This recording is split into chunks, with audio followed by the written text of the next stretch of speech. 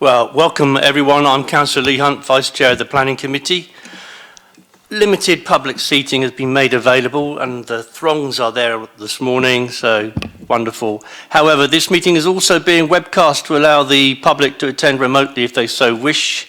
The public seating area is not in view of the camera used to webcast this meeting. If a continuous fire alarm sounds, please evacuate the room and the public gallery by the stairwells. Do not attempt to use the lifts assembled by Queen Victoria's statue in Guildhall Square. In order to comply with the Guildhall Trust fire marshal regulations, anyone who signed in at the Guildhall reception desk should sign out when leaving the building at the end of today's meeting. May I draw everyone's attention to the fact that this meeting will be live streamed.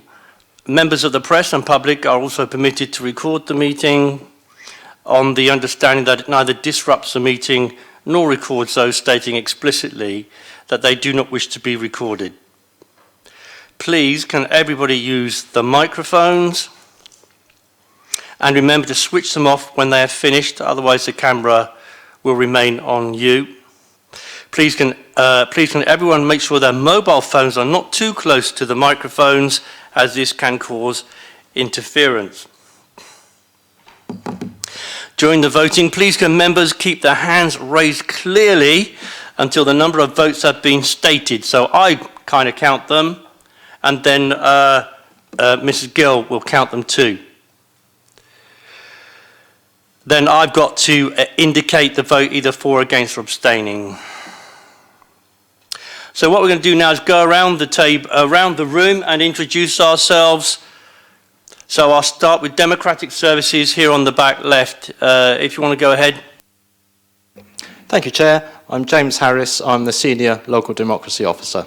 Very good. Then round to Councillor Mason. Councillor Hugh Mason, Councillor for St Jude Ward, but not a member of this committee. Yes, just for the information of the committee before we go any further. So he approached me yesterday, said, could he make some representations on the I think it's second last item, so I agreed. Councillor Fazakerley. Thank you, Chair. Councillor Fazakerley, not a member of the committee, but here in representation to make a deputation on item 4, 85 Chichester Road. Mr. Hill. My name is Simon Hill and I'm the applicant or agent for 85 Chichester Road, 281 Chichester Road and 275 Laburnum Grove. Likewise, Mr. Hill, he asked for a late deputation, which I've agreed to. Hi, I'm Nikki. It's my colleague Laura, both from Coastal Partners. Good morning, Vicky. Good morning, Laura. Great job you're doing down there. Over to the rear back.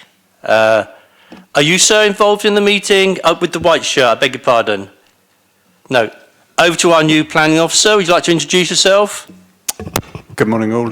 Greg Chapman, Head of Development Management, started on Monday, so it'll be nice to make your acquaintance in due course. So please everybody do go up and have a quick chat with him. We're lucky to have him. Great appointment. And to Mrs. Gill. Good morning, I'm Juliette Gill. I'm the Principal Planning Solicitor at Portsmouth City Council. Simon? Hello, Simon Turner, Development Management Lead. Now we'd go down into the murky pit. We'll start with, below me, we'll start with Councillor Ashmore. Yeah, Dave Ashmore, one of the Fratton councillors. Good morning, Chair. John Smith, Eastern Craneswater Ward. Darren? Well, I'm in your seat, Lee, so I don't know how murky this is. I'm Darren Sanders. I'm one of the councillors for the Baffins Ward. It can tell many stories. Ray? Councillor Roman Dent, Copner Ward. Very good. Councillor Smythe? Judith Smythe, St Jude Ward. And Councillor Vallely? Vallely, lovely, thank you. Councillor Vallely. I've been practising whilst I've been on holiday, but I will get there one day. All right then, so let's go. So we all have the documents here. There's no smats this morning, which is a bit unusual, but nothing to add. So straight into the agenda, I think. So we've all got our agendas in front of us. I've got apologies here from Councillor Chris Atwell, which I am doing. Councillor Peter Candlish and Councillor Sanders has very kindly agreed to deputise there. Councillor Gerald Vernon Jackson and Councillor Ashmore has kindly agreed to deputise there. and Councillor Shah. That's all the apologies I have. So that's the apologies done. Any members, any interests in this meeting? Councillor Sanders and Councillor Ashmore. 2 points to leave. Firstly, I will have to leave this meeting at 12:45 as I have a meeting with Bournemouth, Christchurch and Poole Council. And secondly, I have a conflict of interest in one of the applications that's on the website list of applications but is not in the confirmed deputations list that we have today, which is Almondbury Road. If it is not up for discussion today, then that doesn't apply. It's withdrawn. It does. It's been withdrawn. I believe so. That's right. correct. Then I only have the one which is I have to leave at 12:45, right. which my apologies, Chair. Very good. So you'll be fine. Councillor Ashmore. Well, you've kind of answered my question for me there. I was going to say, Almondbury Road I'd have had a conflict of interest in, but I didn't think it was being heard today, so I'm glad to hear it's been withdrawn then. Very good. We'll see what happens later on. Right. I've got the minutes in front of me. I have to propose them, which I've done. Is anybody? Presumably, people have read through them. Councillor Dent, are you going to second them? Well done, Councillor Dent. So those minutes are agreed, I presume, members? No dissension? No, very good. Right then, that's the minutes done. So into the pack you've got in front of you.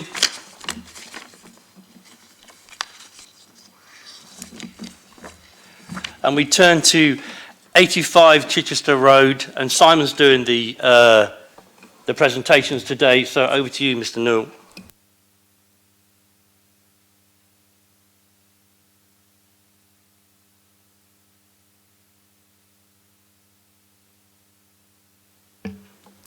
Thank you, Chairman.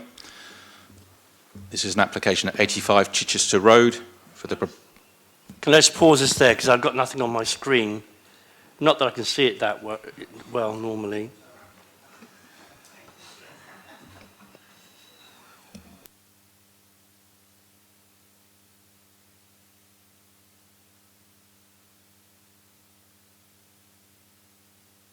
I'm only head of IT, so... Right, okay, there we are. We've got it now. Go ahead, Mr. Newell. Thank you, Chairman. An application at 85 Chichester Road for the change of use from a Class C3 dwelling house to an 8-person house in multiple occupation, otherwise called an HMO. The application has come to the committee at the request of Councillor Fazakerley and due to the number of objections, which are 7 and set out in the report. As you can see from the location plan, it's on the east-west Chichester Road, which runs across the middle of Portsea Island. That long, one of those long east-west roads. It's towards the western end, and it's situated here in a terrace, mid-terrace, and it has the rear access way for garden and bikes and whatnot down there. The application involves, as is typical with these HMO conversions, in this case, a small amount of demolition of an existing rear structure and then replacement larger structure under permitted development, or in this case, a prior approval extension, forgive me. And then in the roof, some permitted development roof extensions of the large dormer extension to the rear roof. How is the property this summer? Already under some degree of, of the works, they're permitted works, so there's no breach of control there.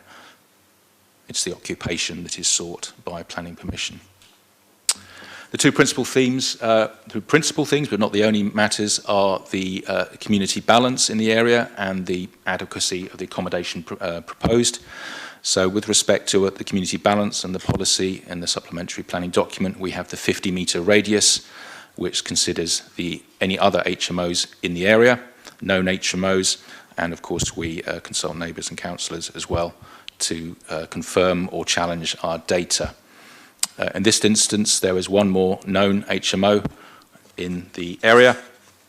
So with this proposal, if approved, that would bring the percentage up to 2.8%, which is well below the threshold or the indicative limit of 10% in your guidance. So officers would deem there to be no imbalance in the local community resulting from this application, if approved. On to the second principal matter, the adequacy of the accommodation provided. This is currently a C3 family dwelling house with 3 bedrooms upstairs, a smaller box room at the back, and a bathroom at the front, and then a general disposition of living room, second living room, and kitchen to the rear, and so on. Smaller accommodation at the back. The conservatory would be replaced, and this nib there I mentioned will be replaced with the prior approval extension, which you can see there and there.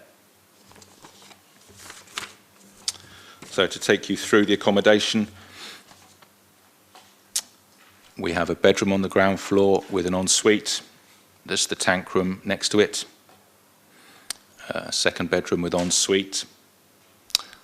Kitchen dining room here, and not so common, but a bedroom at the back of the house and its ensuite. On that point, it has a double door there into the kitchen diner and a means of escape window, which is the issue that sometimes crops up as a question in this meeting. And then on the first floor, 3 more bedrooms, each with an ensuite. Bedroom there with an ensuite at the back, and a bedroom there with an ensuite. And up into the extended roof, 2 more bedrooms with an ensuite each. So just looking at the general disposition of rooms and layouts, to my eye and to the officer's eye, there's nothing unusual or concerning about the layout of the rooms. And then with respect to the sizes, they are all the bedrooms are well in excess of the minimum size, ranging from 10 to all the way up to 17 square metres, so there are some that are very good size. And the communal kitchen dining area is required to be 22.5 as a minimum, given the large bedrooms, and it is 23.46. And then you have all the en-suites as well. So the general disposition and size of the rooms are deemed to be in compliance with policy and otherwise acceptable. So those are the 2 key points. I have mentioned the representations from the neighbours, 7 objections, raising matters like too many HMOs and congestion, and parking, crime, rubbish, those sorts of concerns. I dare say Councillor Fasackley will rehearse some of those as well. Thank you, Chairman. All right, thank you. Then, Mr. Hill, you've got 6 minutes, sir.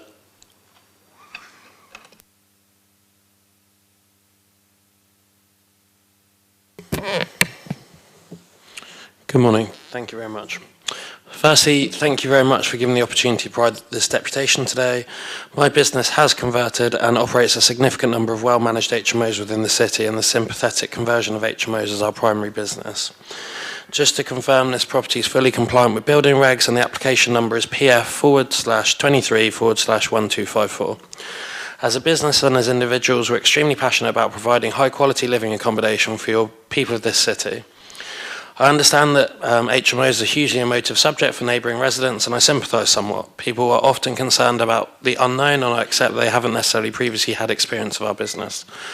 All works to this property are being carried out under permitted development. That is to say, they do not actually require planning permission. The only exception to this is the rear extension you've already heard, which has a prior approval extension, which basically means that the works don't require full planning permission. Neighbours had an opportunity to object to it and didn't, and it has therefore got planning permission. Majority of the works are now well underway, and we've taken the advice of the planning officers in submitting this as a C3 to sui generis application. I believe this council and the planning committee should look to encourage the ownership and effective management of compliant and desirable HMOs in areas so that this city can thrive. As you will have heard, the addition of this property would only give rise to a 2.8% count of HMOs within a 50-metre radius, which is obviously significantly less than the 10% maximum allowed. For me, that means that at the moment there's a lack of community balance in the property as it is, in the area as it is, because we don't have suitable accommodation for young people. We hear constantly about the increases in interest rates, and the difficulty that young people have in finding affordable accommodation. That's exactly what my business provides, affordable accommodation for young people. We have a 100% occupancy rate, and we often have a waiting list for our properties because of the standard of accommodation that we provide. And if you're looking for a blueprint of a property that is probably one of the best properties you could convert to an HMO, look no further than this one. Look at the size of the rooms. We're constantly being criticised for rooms that are just over 10 square metres. Some of these rooms are 17 square metres. This is well in excess of the minimum standards that you're looking for. If ever there's an HMO where I feel it should get planning, this has definitely got to be that one. In terms of parking, your local expert, which is Robert Neve for Transport Planning, has said in his letter to the planning officer, Chichester Road is a residential road with bus stops and limited amenities in a close vicinity. No traffic assessment has been provided. However, given the small scale of the development, I am satisfied that the proposal would not have a material impact on the local highway network. So that's the council's expert for planning that you've chosen to consult to get an answer on this, and ultimately that's his response. He, as an expert, doesn't think that it would have a material impact.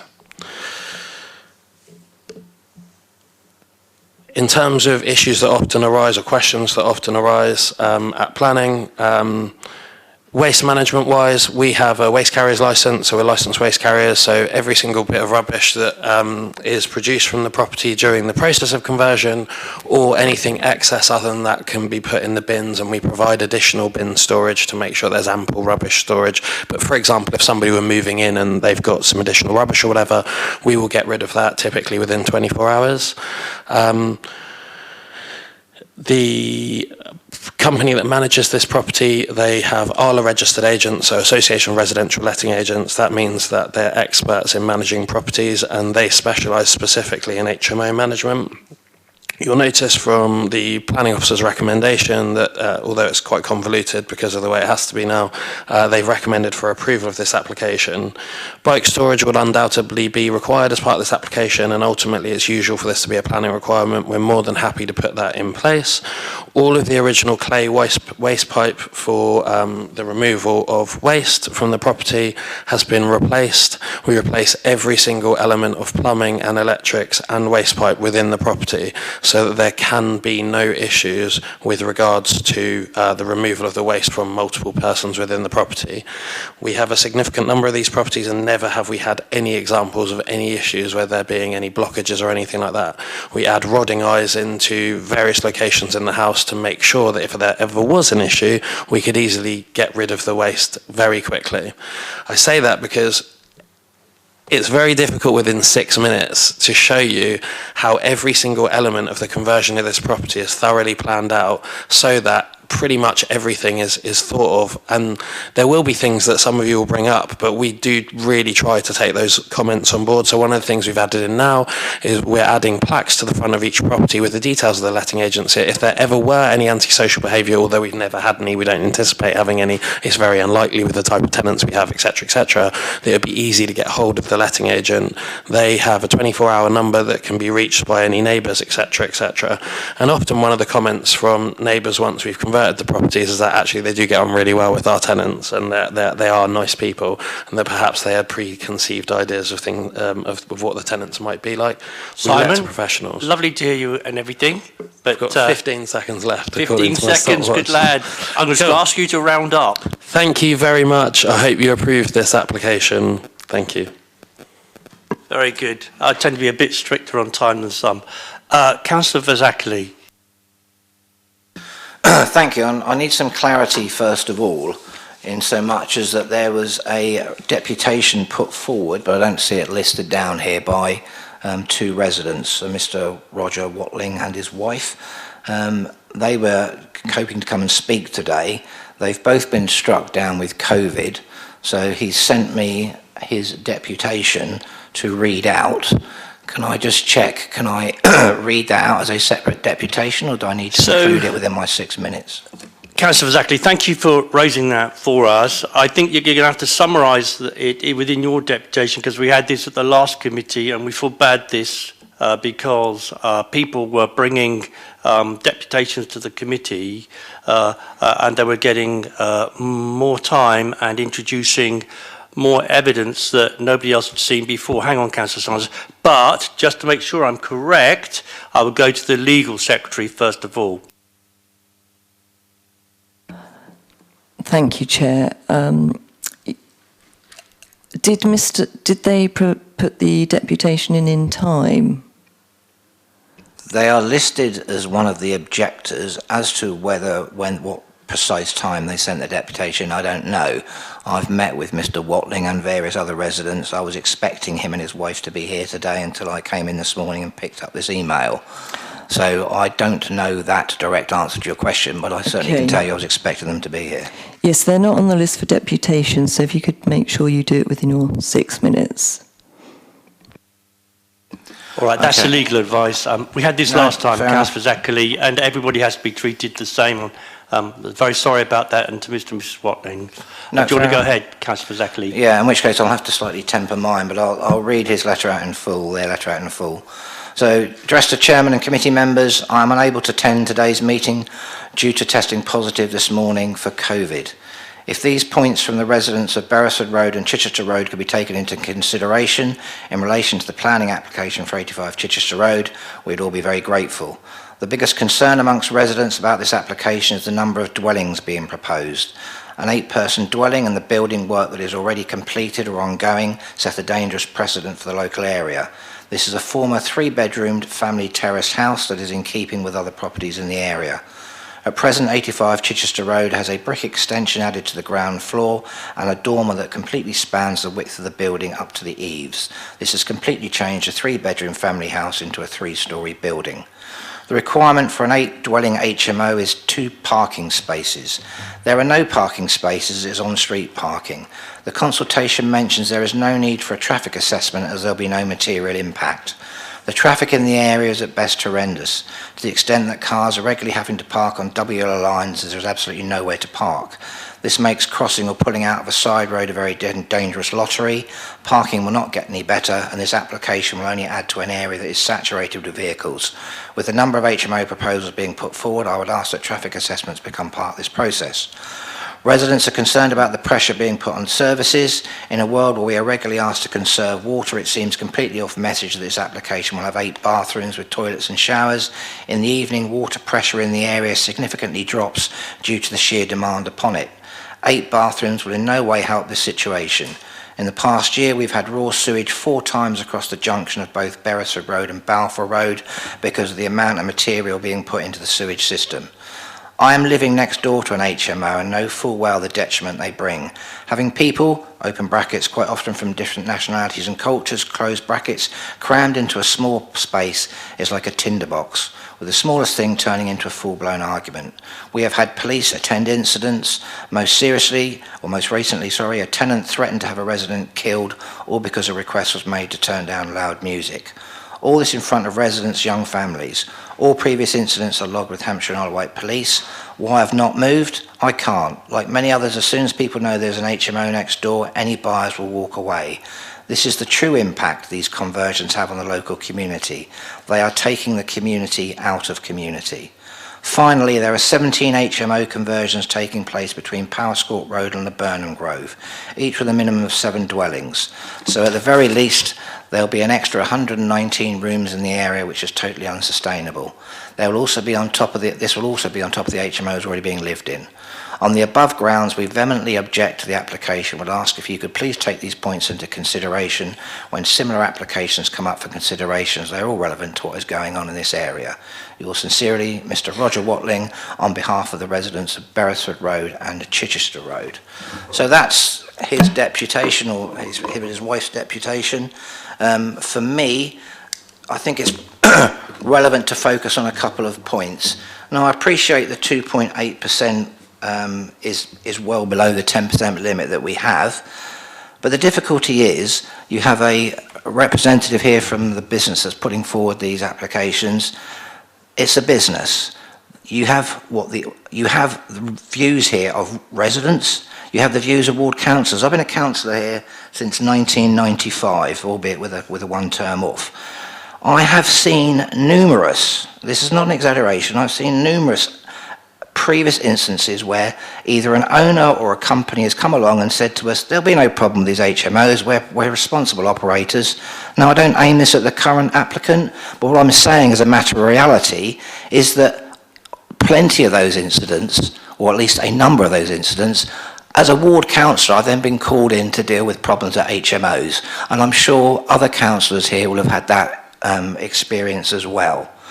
Residents don't complain without reason. They give valid reasons. I'm quite often shocked, actually. This is the second HMO planning I've attended, and I've got one again next month. This issue about parking, which is included as a valid reason to an area to look at, and obviously you've heard what the resident says. For the alleged expert within Portsmouth City Council to come up with that throwaway gesture, I totally disagree with what the transport officer has said in regards to this, that this will have no impact at all. It's a stupid thing to say. I've had lots of issues in Chichester Road and in other roads in that part of North End, as I'm sure you have, Chair, whereby people have told us the problems with parking. And for this to be almost dismissed out of hand is ridiculous. And I shall certainly look at ways in which Portsmouth City Council can seemingly give better attention to this area, because it never seems that parking has taken any degree of seriousness, despite the real concerns that residents have and do face. So, Chair, I would hope this is rejected. The water pressure is another very relevant part that was brought. It was certainly used as an argument in a previous HMO I attended to as well. It does. An additional 8 bathrooms, an additional 8 individual residents living in there. Clearly, if an area is already having problems, it will make the problems worse. One can only assume. I'm not an expert in that field, but I can only make that assumption. I hope you will reject this today. I hope you will take your own experiences across various wards in the city, why people object this particular planning application, contrary to what the applicant's proposer has said. I don't believe at all is suitable, and hardly the most suitable one that you could ever see in the area. Ridiculous.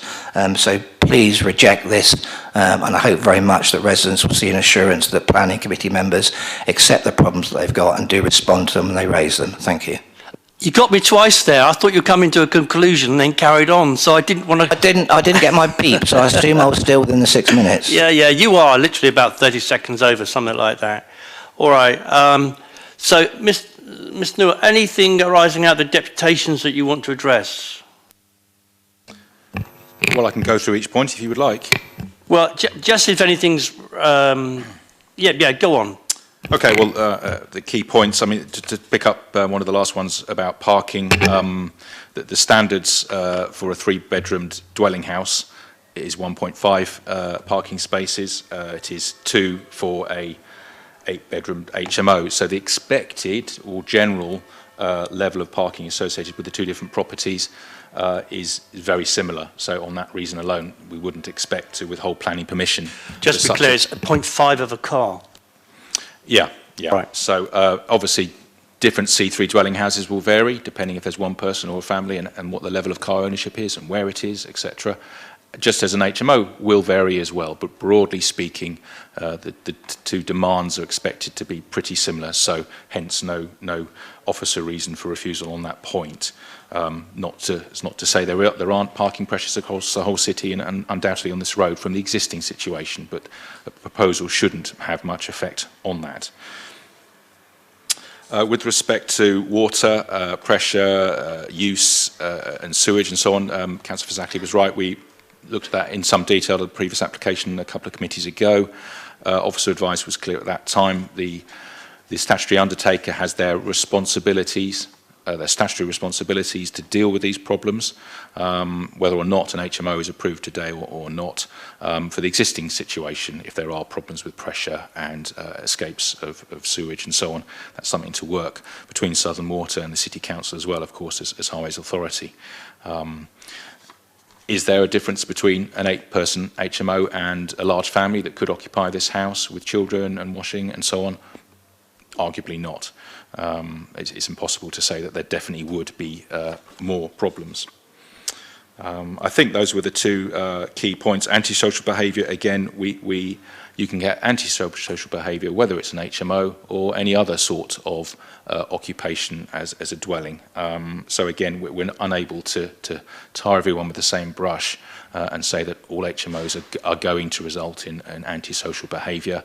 A lot of HMOs are occupied by perfectly respectable people, or all of them are, who are going about their business and living together and trying to be a part of the community. And indeed, that's part of the mix up to the sort of 10% that we indicate. Thank you, Chair.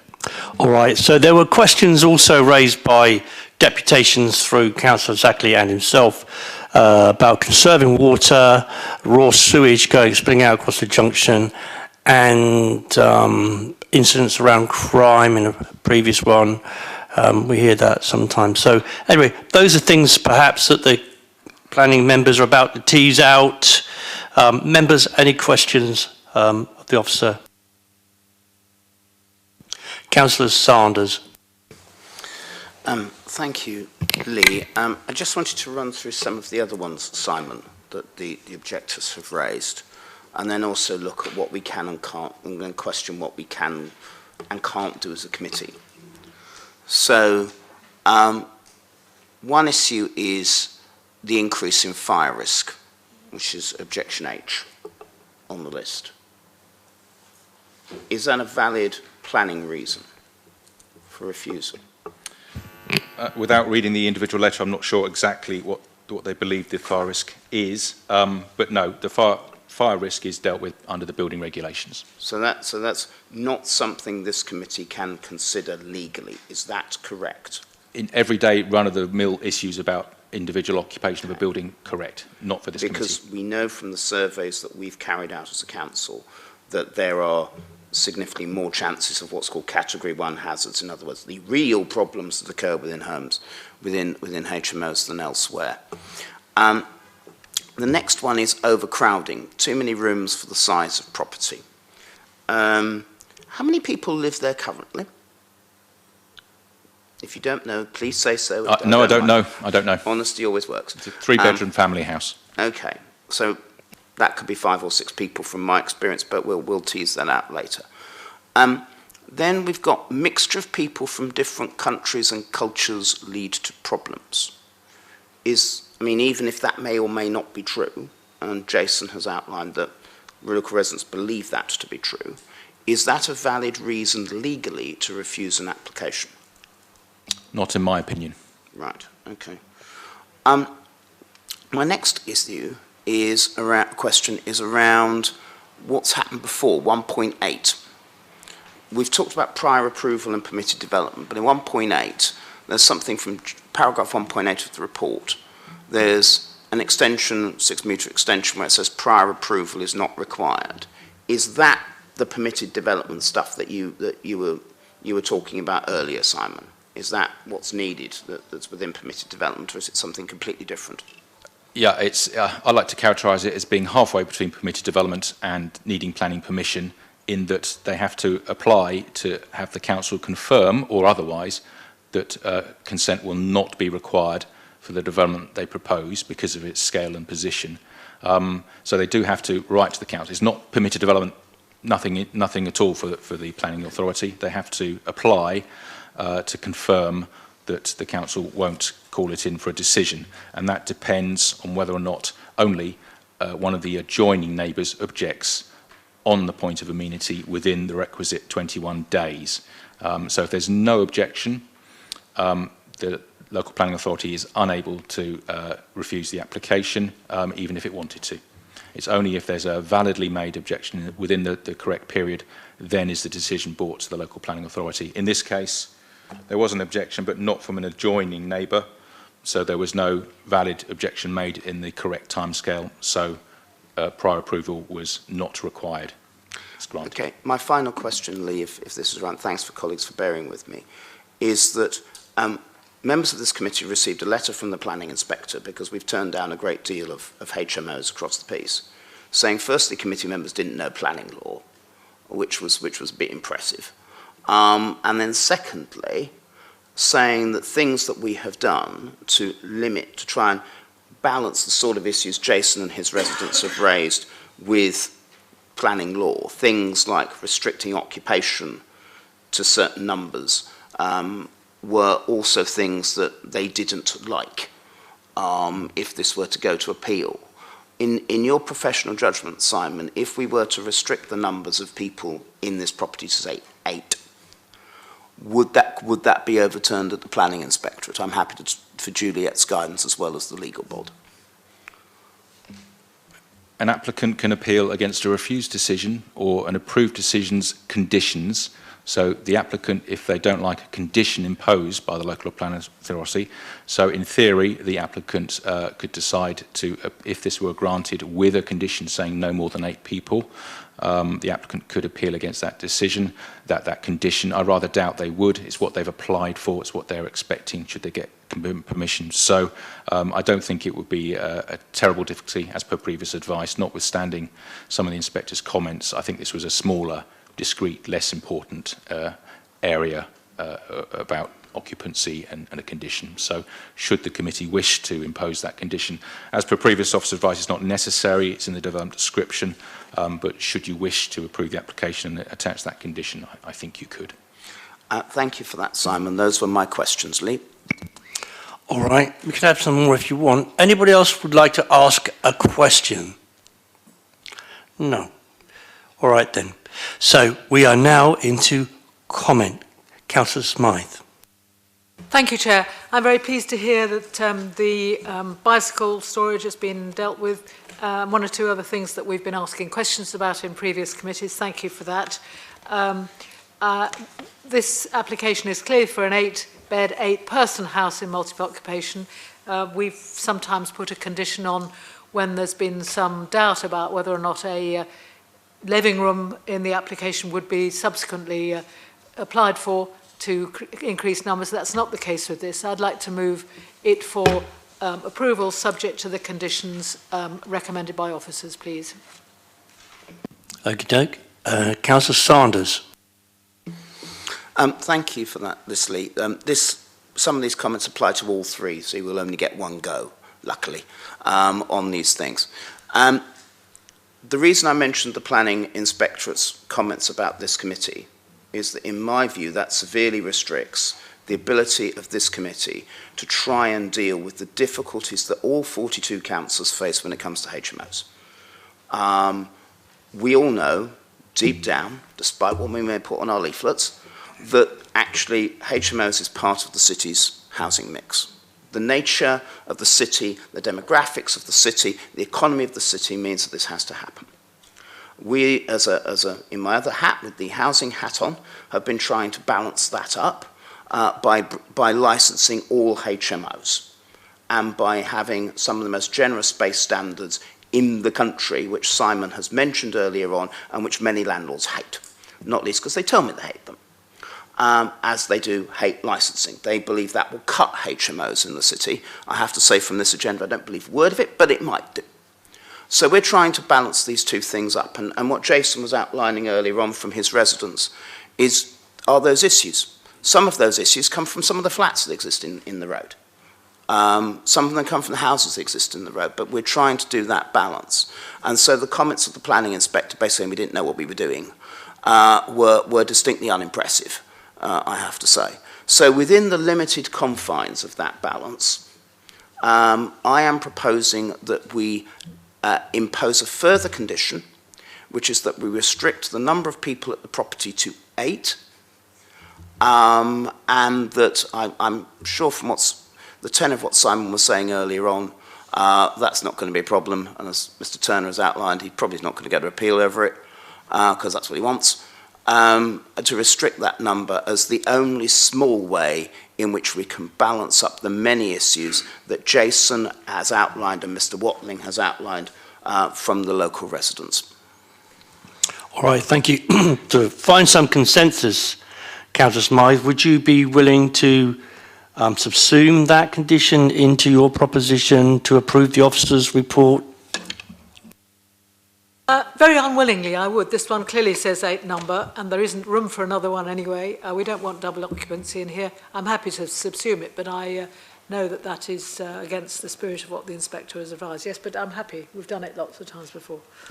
Well, I'm most grateful for that, and it's not that the planning inspector thinks that we don't. Well, he says we don't know law. We just don't agree with them very often.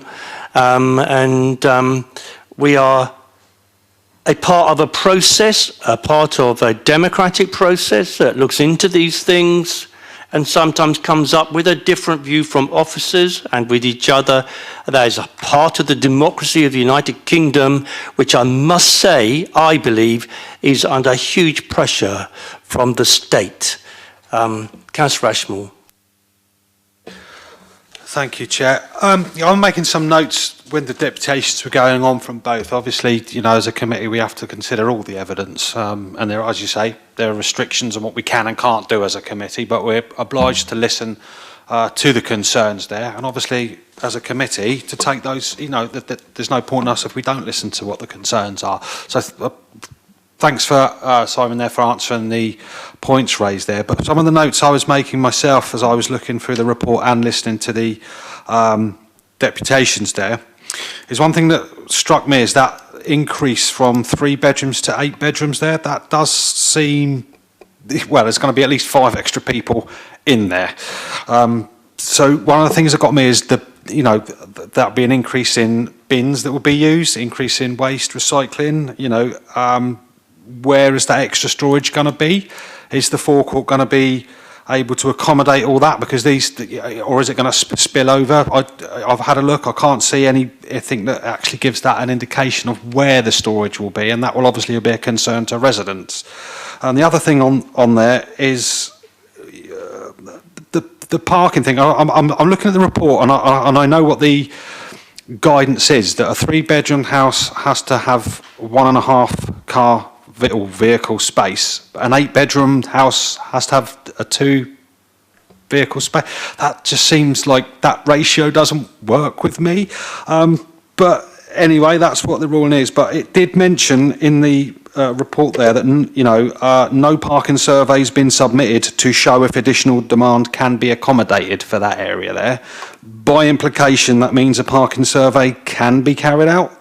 So I think those concerns are relevant, and I'd just like to know if we can have the parking survey carried out to see the effects that's going to happen in this area. I think the residents will thank us, and I think if it comes back and there is no problems, then the applicant should be happy with that as well. Thank you. All right, well, those observations of yours are recorded in the minutes, and we'll have to see. I'll ask Mr. Maguire and the Chair of Planning and so on, see if we should have more formal traffic surveys in the area. I somehow doubt that the resources will be there to do it. I'd just like to comment on this extra parking space, 0.5, an increase in about 0.5. We have, on a number of occasions, rejected planning applications on about a half a car's width. You might not be able to do it, but we have. And certainly one up in Twyford Avenue, which is now for nurses, and they use the bikes, the electric bikes, to go backwards and forwards to the hospital. So the perceived worry has not occurred.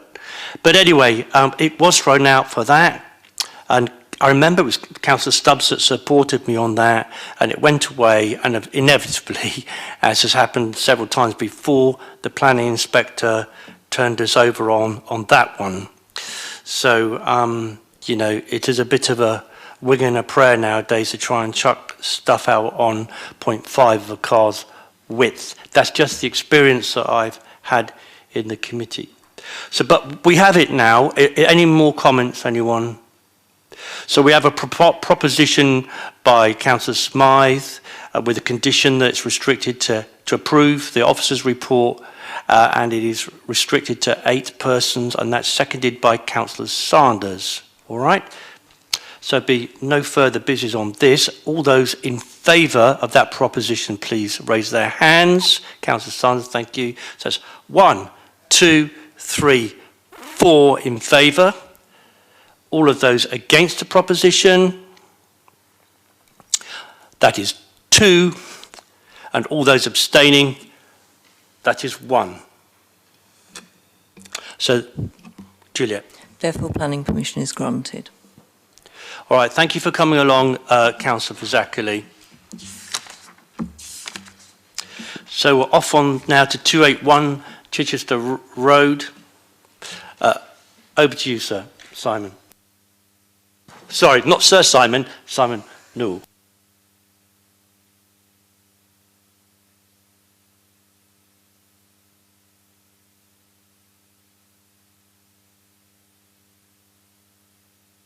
Chair, could we ask the officer to linger over the plans? There were no floor plans in my report. All right, Simon, we've got plans for the screen. Jolly good. There's none in my papers. All right, thank you very much indeed, Councillor Smythe, for pointing that out. We've got them up on the screen, I believe, in shortly. They are coming. Thank you, Chairman. This next application is at 281 Chichester Road, which is at the eastern end of Chichester Road, for a change of use from a C3 dwelling house to either a continued use as C3 or Class C3 small HMO. That's a 10-year consent if granted for the owners to flexibly move between the C3 and C4 uses without the need for further planning permissions for that 10-year period. The application has come due to a call-in request from Councillor Weems with a concern about parking. There are 5 objections as well. As I said, we're towards the eastern end of Chichester Road this time, a mid-terrace again. That is the application property already with some works underway in the summer. A small forecourt, thinking of the waste point, the bins and so on, just a moment ago. A small forecourt to accommodate the bins. With respect to the first principal issue, the HMO data count, there's the application property in the middle with the red dot. There's one other HMO across to the southwest with the purple diamond shape. So including the proposed HMO, if approved, the percentage for the area will be 3.03%. So again, within this radius, with just 2 HMOs, that's 3% deemed to be well below, well, it is well below the 10% policy guidance for a balanced community. Existing floor plans. Traditional Victorian terraced arrangement with 2 rooms in the main body of the house and then the rear wing at the back there. So from front to back we have a lounge, a dining living room,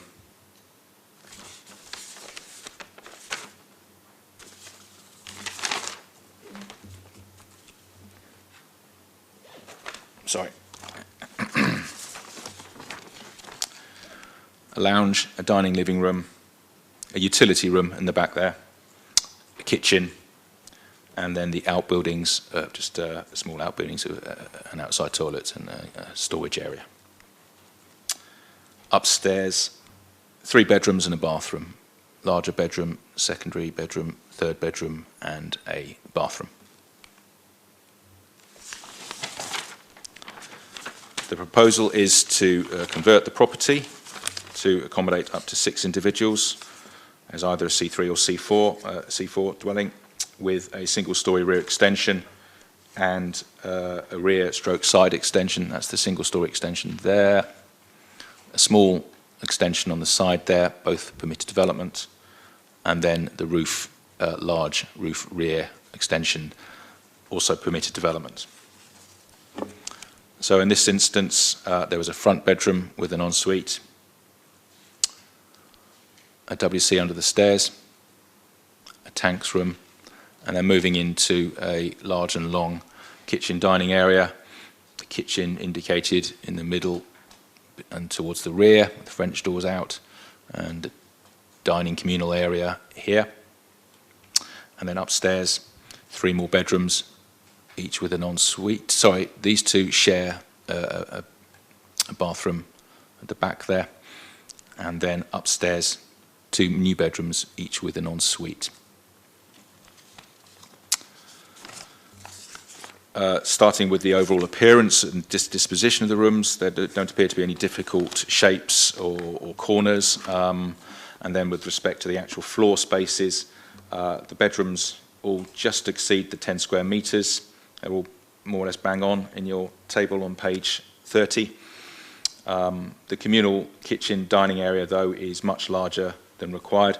With each of the bedrooms at 10 square metres, that communal area should be 22.5 as a minimum. It's actually 31.28. So, as you can see here, it's a good size for either a family dwelling house or up to 6 people living together as a small HMO.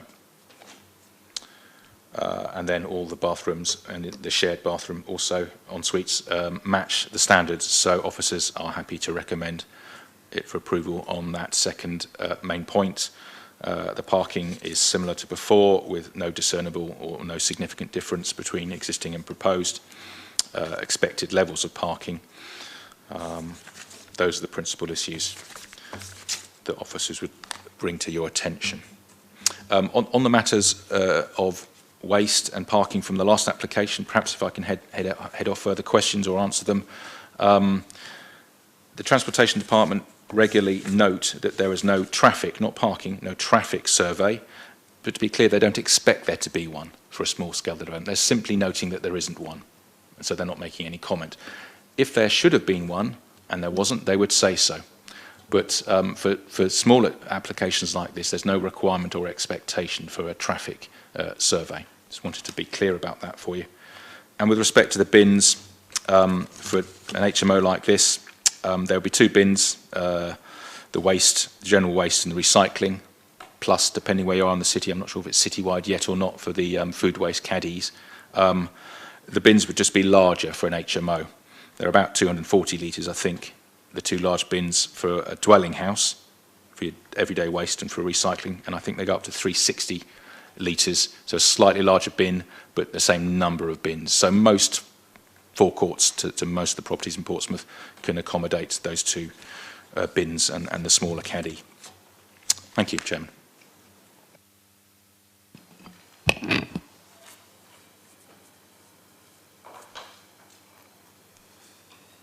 Before we go to Mr. Hill, on the plans in the roof extension, where the loos are overlooking the front, the dotted lines, I guess they're head heights, all right?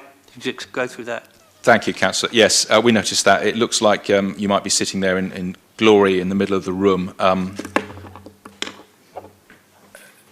The toilets. The applicants clarified that that's actually this is descending, the ceiling's descending down towards the front of the house into the roof space. So there would be a low wall against which the loo would be set, and then about sort of waist height, there would be a shelf coming down into the roof. So it's just making sensible use of that area to put things on the shelf. So it wouldn't be floating around on its own there. Yeah, we can't have things floating, can we? Mr. Hill. Thank you.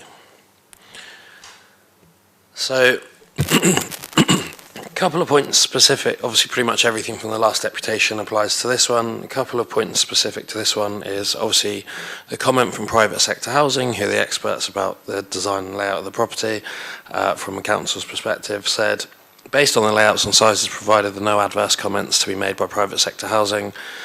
And they also mentioned it would be required to be licensed under Part 2 of the Housing Act 2004. As you've heard, all of the rooms are fully compliant with your space standards and with all of the legislation. A couple of points I wanted to make which probably relate to all applications. Number one, Portsmouth has some of the toughest regulations in terms of HMO sizes, in terms of licensing, of any locality in the country, but particularly locally. Why is that important? Because we often hear complaints about the sizes, or that we're close to the size and that side of things. Ultimately, as a city, we have an excess number of people for the amount of accommodation we have. We can't physically meet our housing targets in terms of providing new accommodation. HMOs is, in my opinion, one of the best ways of meeting that target because of the sheer number of additional dwellings we're able to add. But let's not forget, we're in a city of 258,000 people, according to the statistics I've just managed to find online. And right now, there are 4,322 HMOs. Many of them may be 3 beds, many of them 4 beds, because 3 beds still count as HMOs. But the point being is that 4,300 actually hasn't really changed this year. We're in October. So if you were able to access the statistics of how many HMOs there were in January, the objection that we had from the councillor earlier said, oh, there's 17 7-beds being added between Powers Court Road and Chichester Road. That may be the case. But how many landlords are there that are being forced to sell because of the increase in interest rates and the fact that it is no longer profitable for them to hold a property any longer? If you look at the statistics nationally, you'll find around 25% of landlords are selling. What does that mean? Does that mean that tenants are suddenly in a position to buy? Absolutely not. It means the costs have gone up massively for them. So what does it mean? Let's say that these applications are refused because we don't like HMOs. How else are we going to provide the accommodation? Because I know that by driving the standards of accommodation that you expect up, making them tougher than any other city locally, what will happen? Will those landlords still invest in Portsmouth, or will they invest in other locations? Will the desirable tenants that currently live in these properties be forced to live in other locations because of that? So I would urge you to look at a holistic picture as to accommodation, rather than looking at, oh, there's 17 HMOs being added. Yeah, there are. But look at the number of HMOs month on month that there are. Look at the fact that we have a growing population in Portsmouth. For the last 19 years, the city's population has increased in size. The working age population in Portsmouth is one of the highest in the country. The city is the second most densely populated city in the country, second only to Luton. So we have one of the highest demands for HMO rooms and one of the best opportunities to provide that accommodation. Mr. Hill, I'm terribly sorry. Whereas I might agree with a lot of what you're saying, we've got to look at the planning merits of this particular That's fine. This is application. I'm 3 minutes over. Yeah, I know. So I'll give you a little longer, but we need to stick to the merits of this particular planning.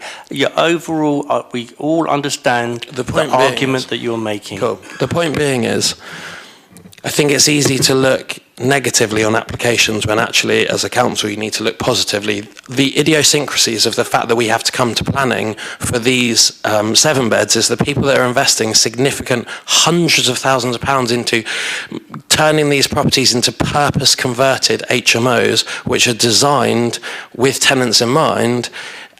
We're taking over a significant number of the terrible HMOs and converting them, improving them, that side of things. I view it as a ladder. Every single time I put a new, brand spanking new, well-designed property on the top, if the number of tenants was the same, that will force one of the poorly designed properties to fall off the bottom rung of the ladder. That's my point. So in terms of the water storage, we have what's called a DAB tank. So it doesn't actually have any increase on the draw locally because we have a storage tank. So water is stored as about 400 litres of water stored in the property of cold water and about 500 litres of hot water. So just because 7 tenants having a shower at the same time, let's say that were the case, or 6 tenants or 8 tenants or however many it were, that doesn't actually mean that there's an instant draw on water and that somebody in another house is suddenly going to lose out. I'd also urge you, please come and visit one of our HMOs. Come and see the standard of accommodation that we offer, because I've offered that for the last 18 months and not one single person has come to any of our HMOs. Come and have a look at it. Come and see the standard of applications, because definitely if you're one of the people that's going to object to these, I find it really difficult you can object without actually seeing the property. Including this application. What we'll do about that, just stop you there, because I think a minute left. You have a minute left. I'll give you the minute in a minute. But we'll make a note of that point in the minutes, if we may, that you're inviting the committee to attend one of your HMOs. Yeah. Very happy to have that recorded into the minutes. You must then write now to the senior planning officer, not to individual councillors, and then we can do a visit But as long as it is arranged through the planning officers, I have no problem with that. But as an individual councillor, I wouldn't come to your any property like that because it shows favour. Carry on for one more minute. Cool. So, including the application property, the proposal brings a percentage of HMOs up to 3.03%, so around 30% of the maximum, meaning we're still 70% below. A lot of the comments that we hear have in my opinion, a misconception that the tenants are going to be horrible people. There's going to be all of these antisocial behaviour issues. We've never had any of that. All of the bin storage is provided within the forecourt. We can actually fit 4 bins within the forecourt, and the bike storage will be provided behind the property. Bike storage provision drawing has already been submitted for this property, so we've already shown the council what we want, and as far as we are aware, they're happy with the bike storage provision that we've provided. Happy to have the number of tenants limited to the number of bedrooms in the properties, as we always are. Thank you very much, and I hope you look favourably on the application. All right, Mr. Hill, thank you for your passionate and well-constructed comments. Members, questions? Councillor Smythe. Thank you very much, Chair. I'm a little bit confused in that Simon Hill has defended this application as if he was the applicant, but it says here that Applecore is the applicant. It isn't a material planning consideration. I understand that, but I am confused. Yeah, it's all right. We had the conversation. Any other questions, Councillor Smythe?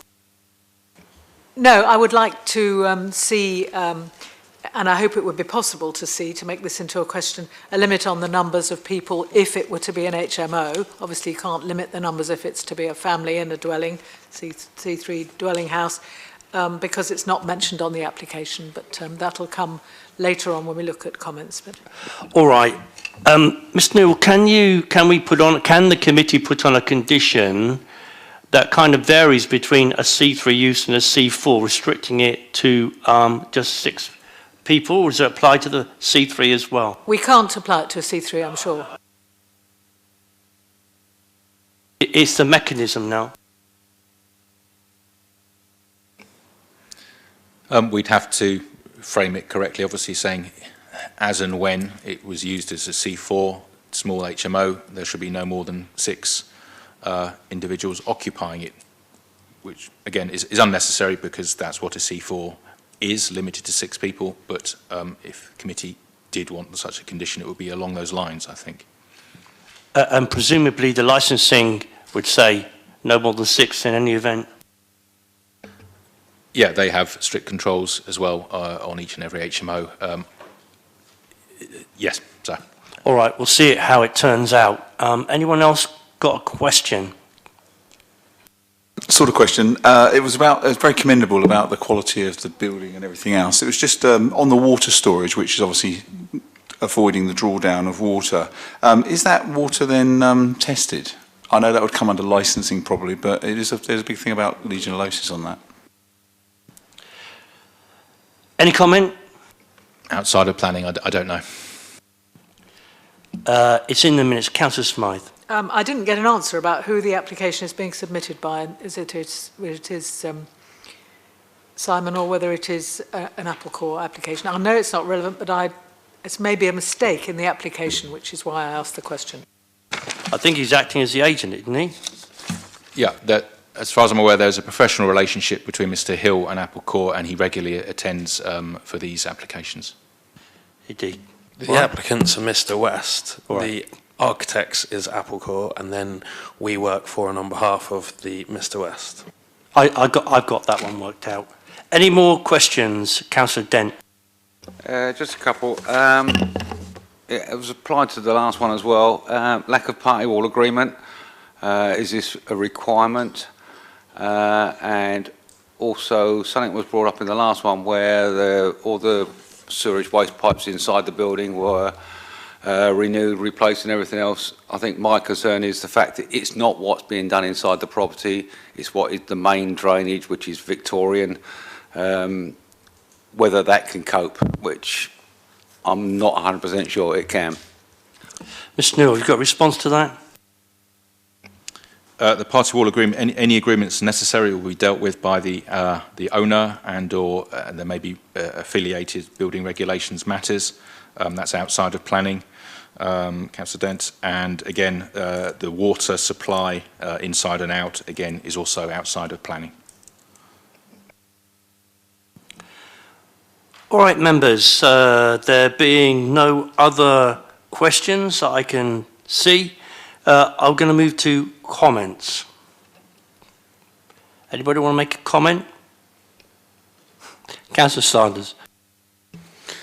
Thank you, Lee. And this has sort of become one of my housing decision-making meetings, frankly, when it comes to discussing the merits of what we as a Liberal Democrat administration, backed by all groups on the council, have been doing in terms of licensing HMOs and introducing space standards, which is completely right, because we want to make sure that we don't want people to live in pokey holes. Two things as far as the specifics of this are concerned. Again, Simon, this is a 3-bedroom residential property. It's normally 5 or 6 people would live in a 3-bedroom residential property. So at the moment there is no increase in this, and therefore I think a condition that restricts it to 6 people, when it's a HMO, is a very sensible thing, because it's no more than is there now, and so that will minimise the impact on the local area. A small, like Judith, I will do something that's not strict planning consideration, just as a point to note. If any of the 42 of us, our council, do decide to call in an application, please come. I was impressed to see Jason come earlier, and that changed things, I think, for several members of this committee. I see that Daniel and Benedict have called this in. It would be very useful to turn up. I know they do from time to time, and it's really great, it's really appreciated, but they really should do it all the time. Without going into the delights of the licensing regime, but this will get a license. It will be enforced from December 1. It will be backdated to September 1, as per previous court cases. I'm a bit more concerned about this one than I was about 85 Chichester Road. This is the end of the Chichester Road that is more tightly packed. There are many flats, and many people in the area confuse the impact of flats and confuse the impact of HMOs and mix the two up. That's not their fault, but in planning terms there is a difference.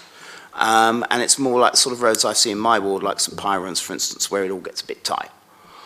So I am mildly concerned about the future impact on future residents with regards to it being bang on our space standards in many cases, although Mr Turner's talked about the communal areas. So I'm less convinced about this one than I was about 85 Chichester Road, but I will be open to offers with regards to any further comments on this. I also realise if we were to refuse this, this would have no hope of getting through any appeal, and that sadly is the environment that we're forced to work within. All right. Any other comments? We have no proposal at all at the moment. Councillor Smythe. I'd like to agree with what Councillor Sanders just said. I was a bit nervous about the tightness of the rooms, but I think we should approve this application with a condition that if it is going to be an HMO at any stage during the 10 years, the occupancy is limited to 6 people. That's what I'd like to propose. Can we create a form of words, Ms Newell, that reflects the thinking of Councillor Sanders and Councillor Smythe? Yes, Chair. All right, then.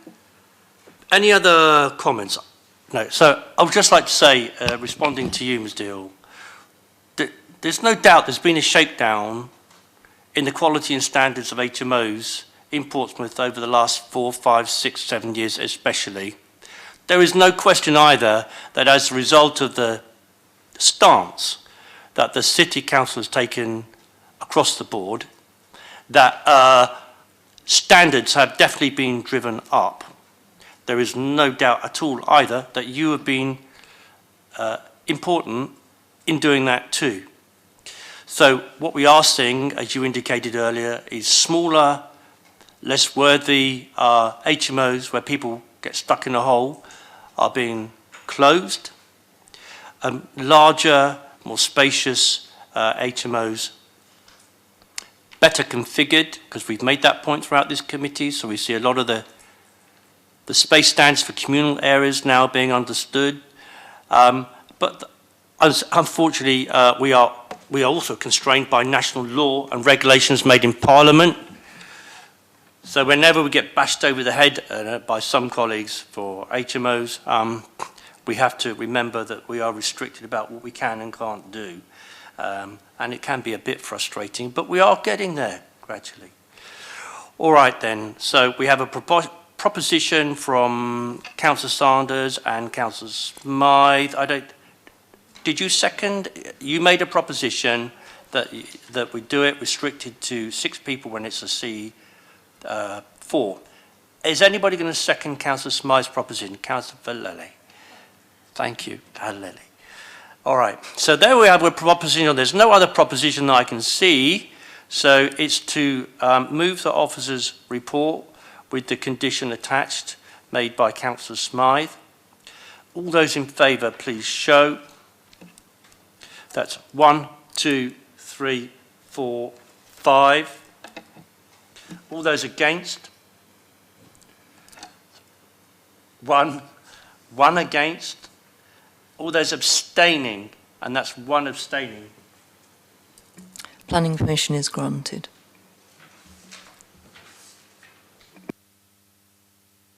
All right, then swiftly on to 275 Laburnum Grove.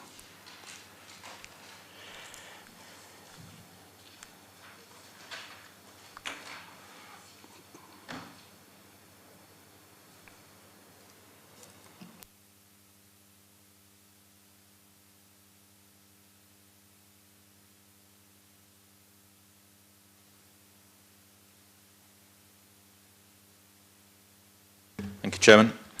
This is an application at 275 Laburnum Grove, which is towards its eastern end. It runs east-west across the middle of the city. It's for the change of the use from a Class 3 dwelling house to a Class 3 dwelling house or Class C4 small HMO, that flexible use for a period of 10 years, where, if approved, the applicant doesn't have to apply again to change between those 2 uses. The application has come to committee because of 19 objections, and which includes an objection from Councillor Swan.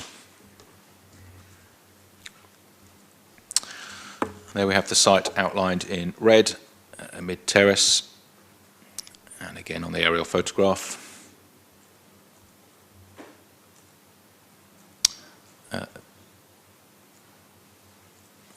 There it is on an aerial photograph. And again, whoops, from the rear. Hang on a minute, Councillor Sanders. Mr. Yeah, I know you can't leave right. If you leave now, you can't come back in. Is that all right? Is that right, Ms. Gill? Okay. Yes, that's correct. Right, carry on, Simon. Thank you. Here is the street scene, slightly larger front garden there, and a typical Portsmouth two-storey mid-terrace dwelling house. With respect to the HMO data count, there's the application property in the middle.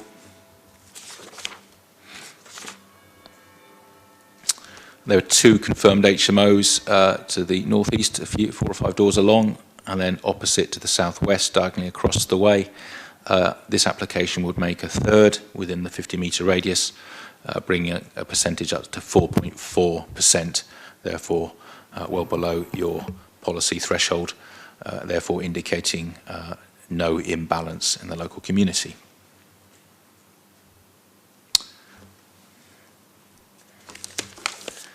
Existing property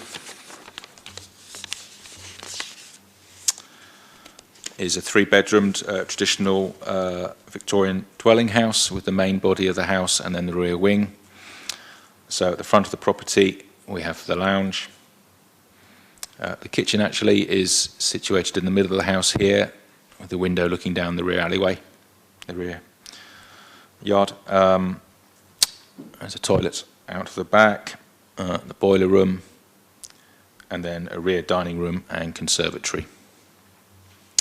Upstairs, 3 bedrooms, largest one at the front, a middle bedroom and a rear bedroom, and a bathroom.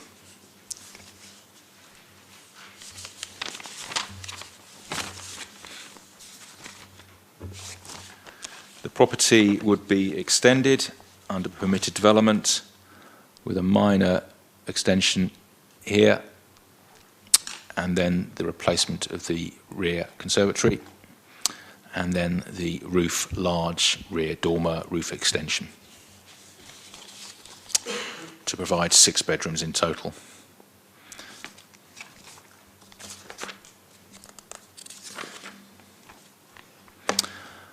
The front of the property, of course, the front door retained in the same place. The first bedroom at the front with its ensuite.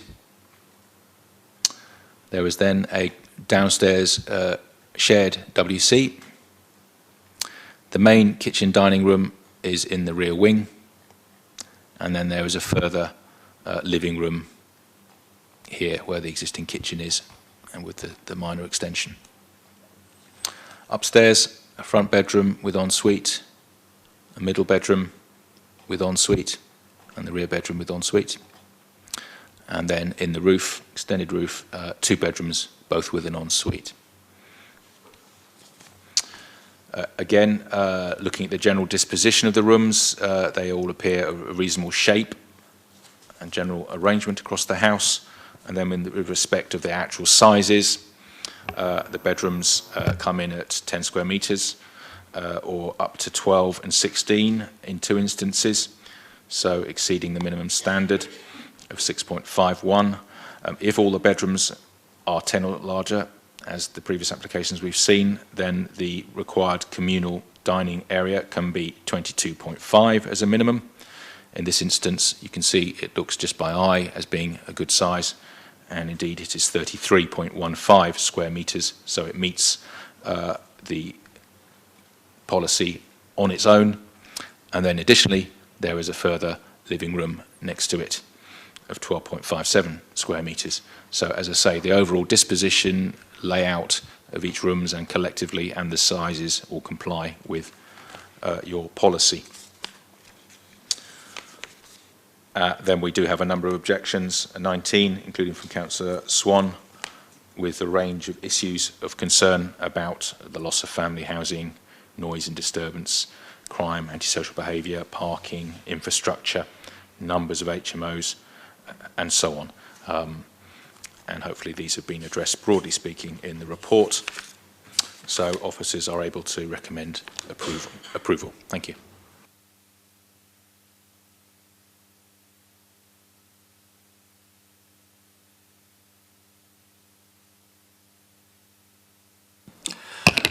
So there's no deputations or call-ins, but this is by the sheer weight of numbers that it came to the committee. Is that correct? Okay. And as I indicated at the beginning of the meeting, Mr. Hill wanted to make a deputation on this item, which I've agreed to. Do you want to go ahead, Mr. Hill? Thank you. So just the first comment, because obviously there's a question last time. The applicant in this case is a Mr. Walker. The application was submitted by Edward Kircher of In Collective Works, which is an architecture firm, and we have a business relationship with Mr. Walker where we're managing this whole process for him, and hence I'm doing the deputation. One of the other points asked previously was about party wall agreement. So for every single one of these properties where we're going to put any steels into the property or we're forming an extension, we do need a party wall agreement. We obtained the party wall agreement for 273 Laburnum in July, and we obtained the party wall agreement for 277 Laburnum on the 9th of August. So both the party wall agreements for this property have been achieved through a party wall surveyor, Malcolm Belcher at Vivid Surveyors. So the other thing I wanted to do is, I've got a comment here from the owner, Mr. Walker. He just wanted me to read out. So he said, "Dear committee members, I'd like to thank the council for hearing this application, and subject to its approval, I look forward to providing residents locally with a very high standard of accommodation. I've read every single comment on the planning portal, and we've taken these on board in the design of the property. We've also instructed a specialist local HMO agency to manage the property, and we're working with them throughout the process to ensure the comfort of both the the residents and also the neighbours. I note the point about waste, and we're actively working with Simon and his contractors to ensure that this point is well managed. So, as per the other deputations, pretty much everything I said stands. With regards to the dab tank, you mentioned a question about Legionnaires, basically. So we have like when it's inserted, we have like a jet with a chemical solution to clean it, basically put through the pipework, which let's not forget an awful lot of the pipework in these properties is really, really old. So number one, we replace every single bit of plumbing within the property, but then we have it cleaned with like a commercial cleaning fluid that then is tested to make sure that it's suitable for human consumption, that side of things. So that's done. So this property would bring the count up to 4%, which obviously is around 40% of the maximum allowed, so significantly less than the 10%. You can see from the photo, all of the rooms are a really, really good size in this property. The property is a huge property from the outside. It's a double bay with a forecourt that's probably 3 or 4 times the size of a normal forecourt. So in terms of the bin storage, there'll be absolutely no issue in putting all of the bins out the front. To be fair, if we wanted to put the bike storage out the front, it probably is something that would be possible because there's so much forecourt there. In terms of the waste, as I said, we've got a waste carrier's licence, so any rubbish that wasn't put in the bins or people moving in, etc., we would use our waste carrier's licence to remove that waste. As the planning officer's already said, all of the rooms are fully compliant with your standards, they're fully compliant with licensing, so in fact, we've never had a licence refused for any of our properties. Probably done over 100 different applications throughout my time, not necessarily properties that are all still in circulation or properties that I owned or anything like that, but well over 100 applications of HMOs I've been involved with, having owned a letting agency that specialised in HMOs previously. We've never personally, nor as a business, have we ever had any applications refused, which I think should give you a good indication of the fact that we comply with all of the licensing requirements as well as the planning requirements. Again, all of the works carried out on this property are carried out under permitted development. We select the property, so it isn't a case that we just buy a property and then we decide to turn it into an HMO. It's like we specifically select properties that we think would be ideal for conversion into HMOs based on the demand that comes from tenants, and ultimately people vote with their feet or with their residency, and that's why we have a really high level of occupancy, is because we're selecting the properties that tenants actively want to live in. There also seems to be, so one of the things I did want to go through is there seems to be a bit of confusion over, particularly in Mr. Swan's deputation, which is quite lengthy, although obviously shame he's not here, is about the residents. These people, it's not that we're bringing people into the city who otherwise wouldn't live in this city. These people would already live in the city, so we're not bringing additional people in for doctors and nurse appointments and that side of things. Yes, maybe they'd live 3 roads away or 5 roads away, or they'd be in less appropriate accommodation, but ultimately they would still be residents of the city. So a lot of the arguments against HMOs because of the increase in number of people in the city, they're already here.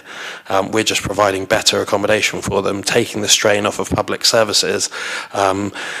And whether you believe the argument or not, because often we get told that we're taking away family houses, actually every single one of these that we do, which is well designed, well managed, gets rid of often a low standard HMO which doesn't have en suites, which is poorly laid out, poorly maintained, etc., but also it releases a significant number of 1-bed flats back into the market for couples for whom they'd be far more ideal than for single occupancy.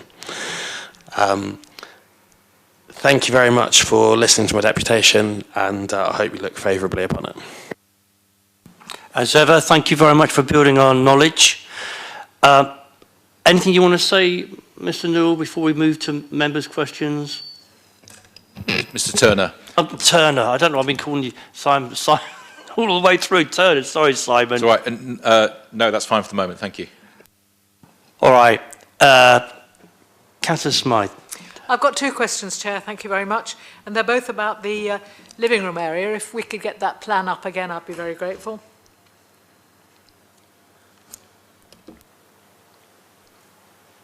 The 2 questions are as follows. What's the nature of that oblique wall between the living room and the kitchen. It doesn't seem to be a width of wall that's used for anything else but on the plan, and I'm not sure what the nature of that wall would be.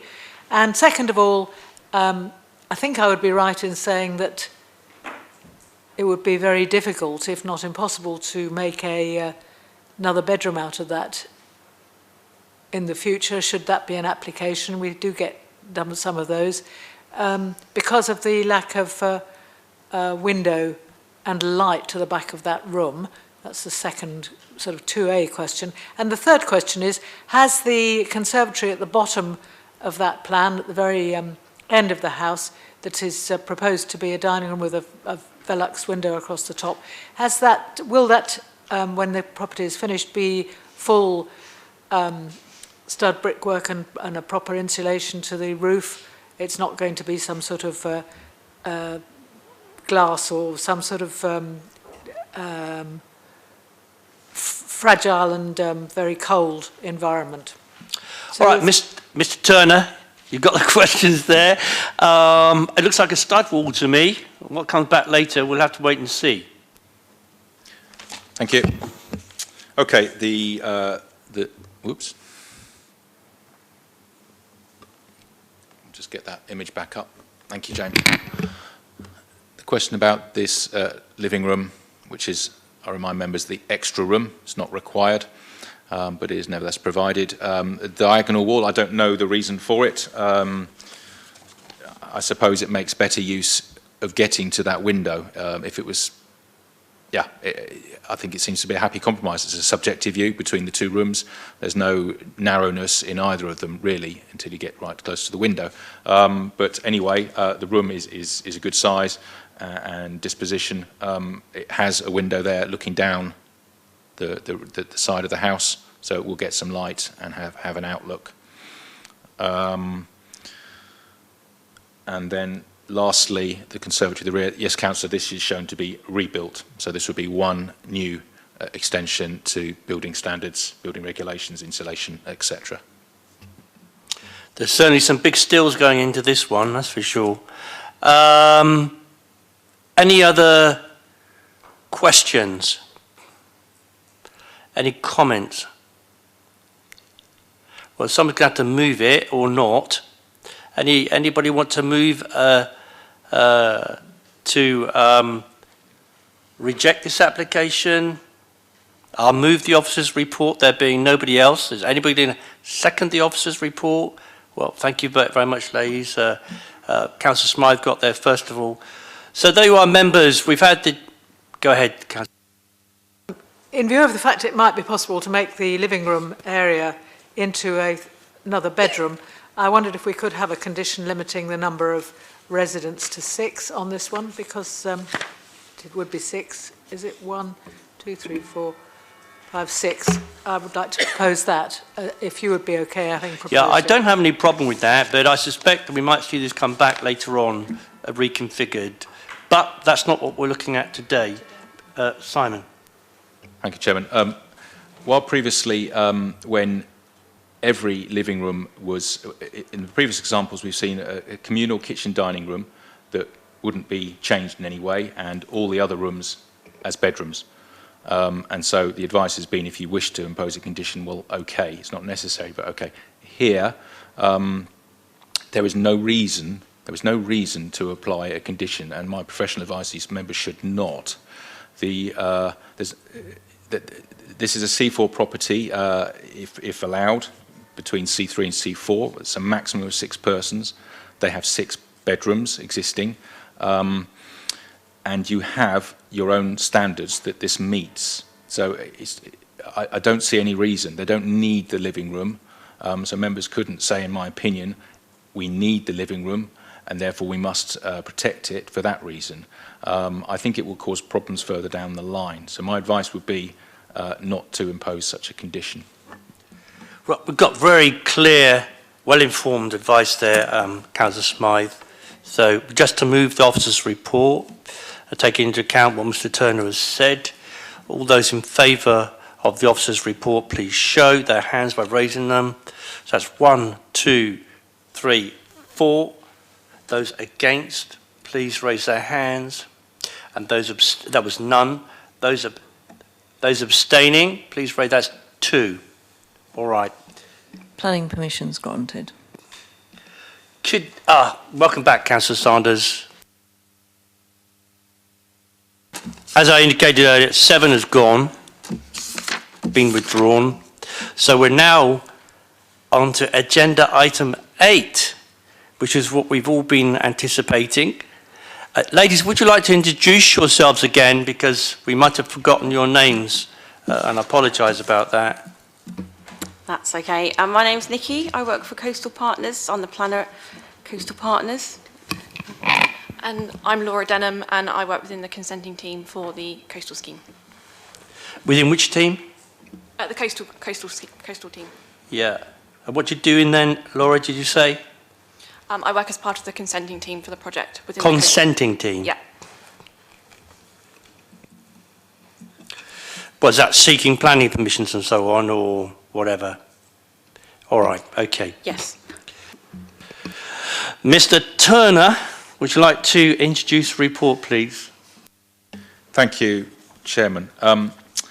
So we have the cedar fences application, which is to vary the previous consent, that is to make some changes to the design and so on. I'll take you through all the details in a moment.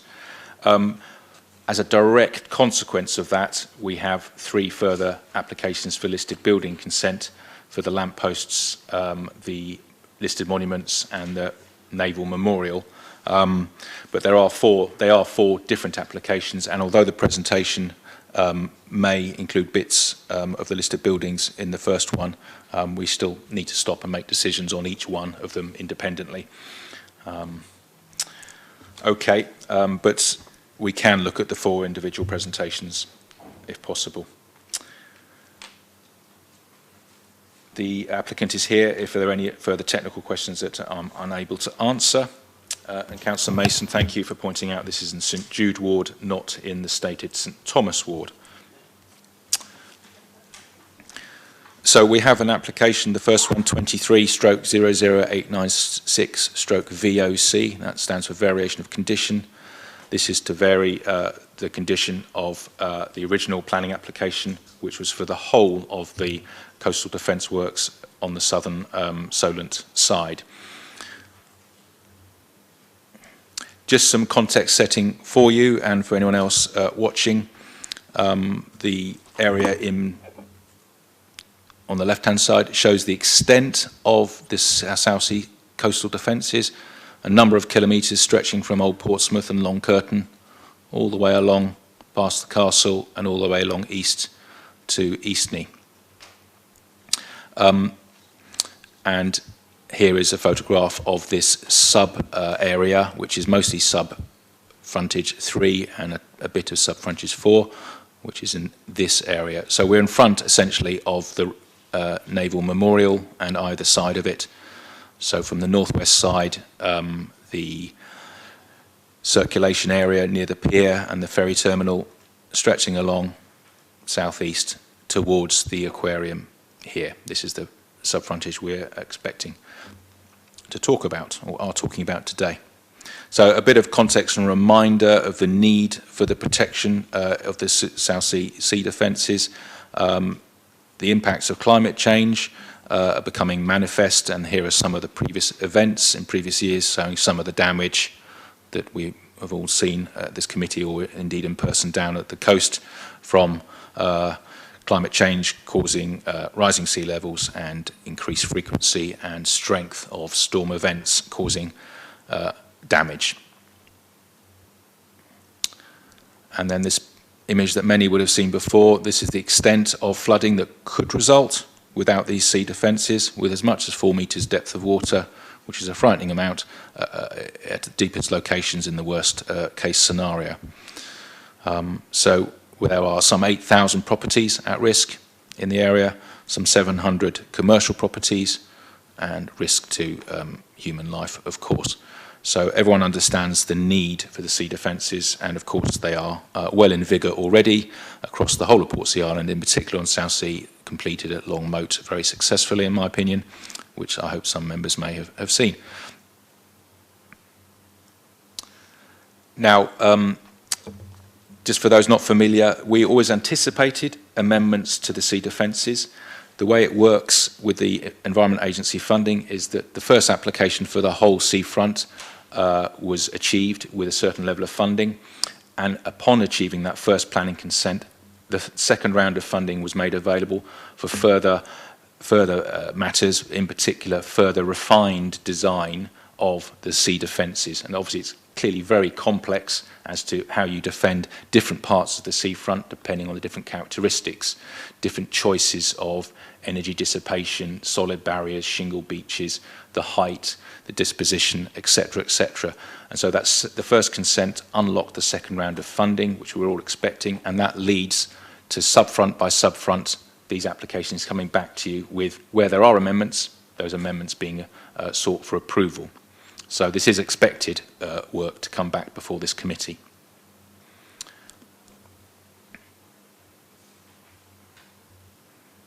Just a slightly more general detailed map of the overhead of the area, again, as I say, stretching from towards Clarence Pier and the ferry terminal down across southeast towards the castle, and that's the aquarium just there. The Royal Naval Memorial and Southsea Common, of course. So we're sitting here in the conservation area, and the Common is a registered historic park. We have the Grade 1 listed structure of the Naval Memorial and 6 other monuments along here, and the listed lampposts, etc., that we'll come to in more detail. Here you will be familiar with the shingle beach on the western part of this frontage. That would be retained as shingle beach under the application proposed. Further east in front of the Naval Memorial and further east along here, it's a more varied and less attractive and hard environment. There's no shingles so much here. You've got sea walls, steep banks, and so on. It's quite unconsolidated and, as I say, not particularly attractive.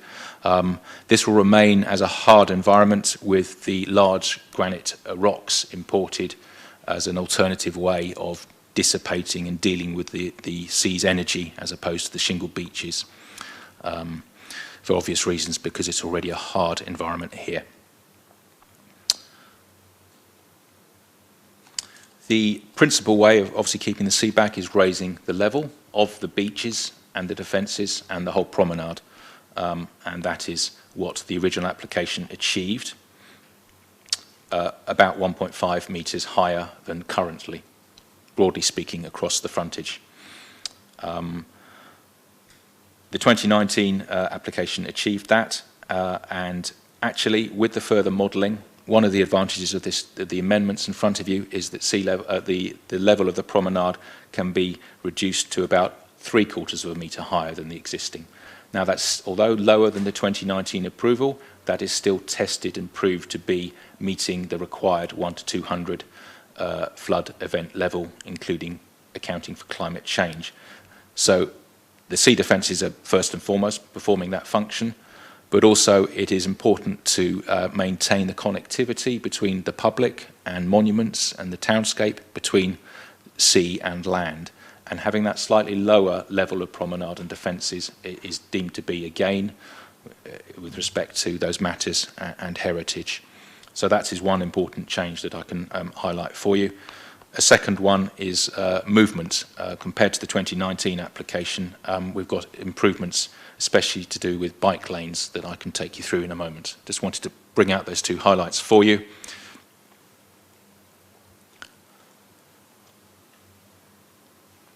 So there's just quickly an image from 2019, the previous consent, which had, we're looking east here, past the memorial towards Southsea Castle, so the sea on the right-hand side. Currently, there is 2-way traffic along the seafront. In 2019, that was approved to be turned into 1-way, with a bike lane here sharing the road.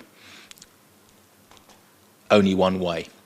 So that is the improvement that we're getting this time, if approved, with a 2-lane bike lane, and I'll show you that separately. Here we have parallel parking and some of the monuments still sitting on the edge of the beach. Moving towards now the amendments, a lot of change, quite important changes are happening. We've got generally the decluttered environment of the promenade, which members can see at Long Curtain. Again, personally, I think very successful with the quality of materials and the simplicity. That's an important gain, and that approach will be maintained along here. You now have the continued one-way from east to west, so travelling from Southsea Castle towards the hovercraft and the Clarence Pier. We've returned to chevron parking as per existing, which keeps the levels of parking a bit higher than previously approved. And then here is a two-way bike lane for the first time. There's no bike lane at all at the moment. In 2019, it was a one-way only, and the other ones were sharing. So here we have a real gain of a two-way bike lane that also has a better relationship to the parked cars than further east, where there's a fair deal of potential conflict with people getting out of their cars and stepping straight into the bike lane as they head straight across to the beach. So in my opinion, this is a much safer arrangement and a better arrangement for pedestrians and cyclists and people coming in their cars. Here you can see the shingle beach next to the rowing club and the beach cafe. That's a maintenance access ramp down and a disabled access onto the shingle beach just here. And you can see occasional benches and so on, but as I say, mostly decluttered.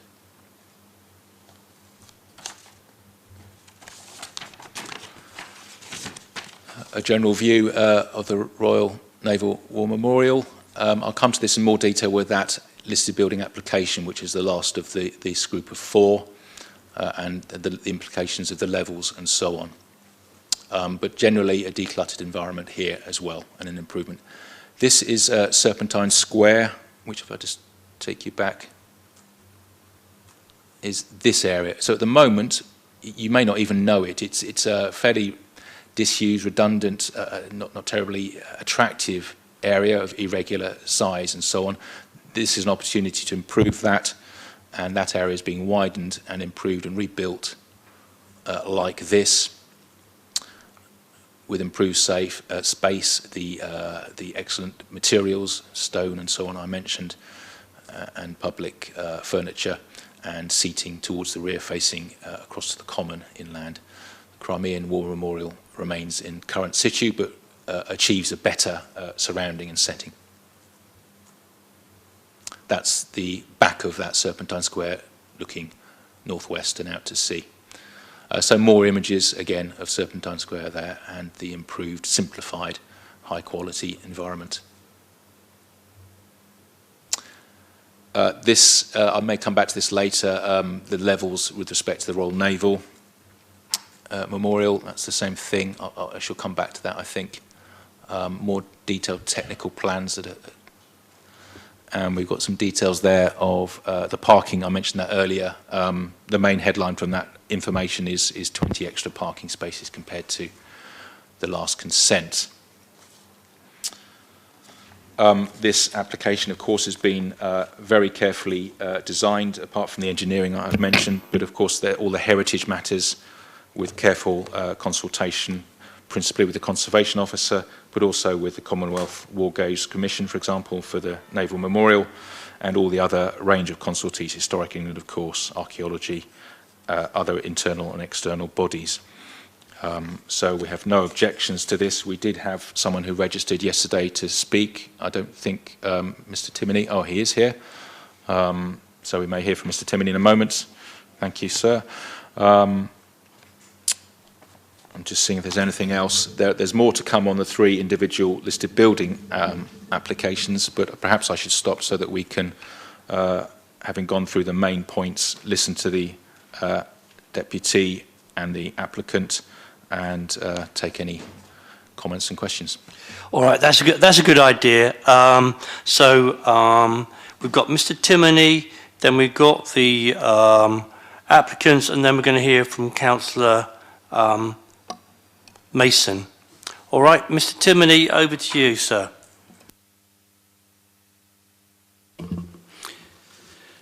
Chairman, councillors, council staff, fellow citizens. Thank you for the opportunity to speak. Am I speaking right now only about item 9? Yeah, but if you want to talk about the other ones, you've got 6 minutes on each one. I mean, yes. I expect you'll want to come back later and talk to the other ones as well. Thank you. Item 9, repositioning of lamp columns. If we are not to lose it... Beg your pardon. I beg your pardon, Mr. Timber. We're on agenda item 8, yes. which is looking at the modals that are being, the changes in the approved planning consent that's been given already to those modules. Yes.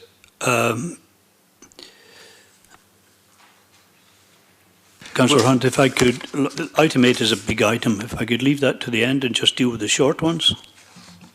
9, then So 10. we're going to get a presentation from the officers on item 9 and the lamp columns and subsequently. So do you want to hang on for that? Yes, thank you. Is that all right? And we'll get on then. Thank you very much, Mr. Timoney. We'll get on now to the applicants who are going to make their presentation.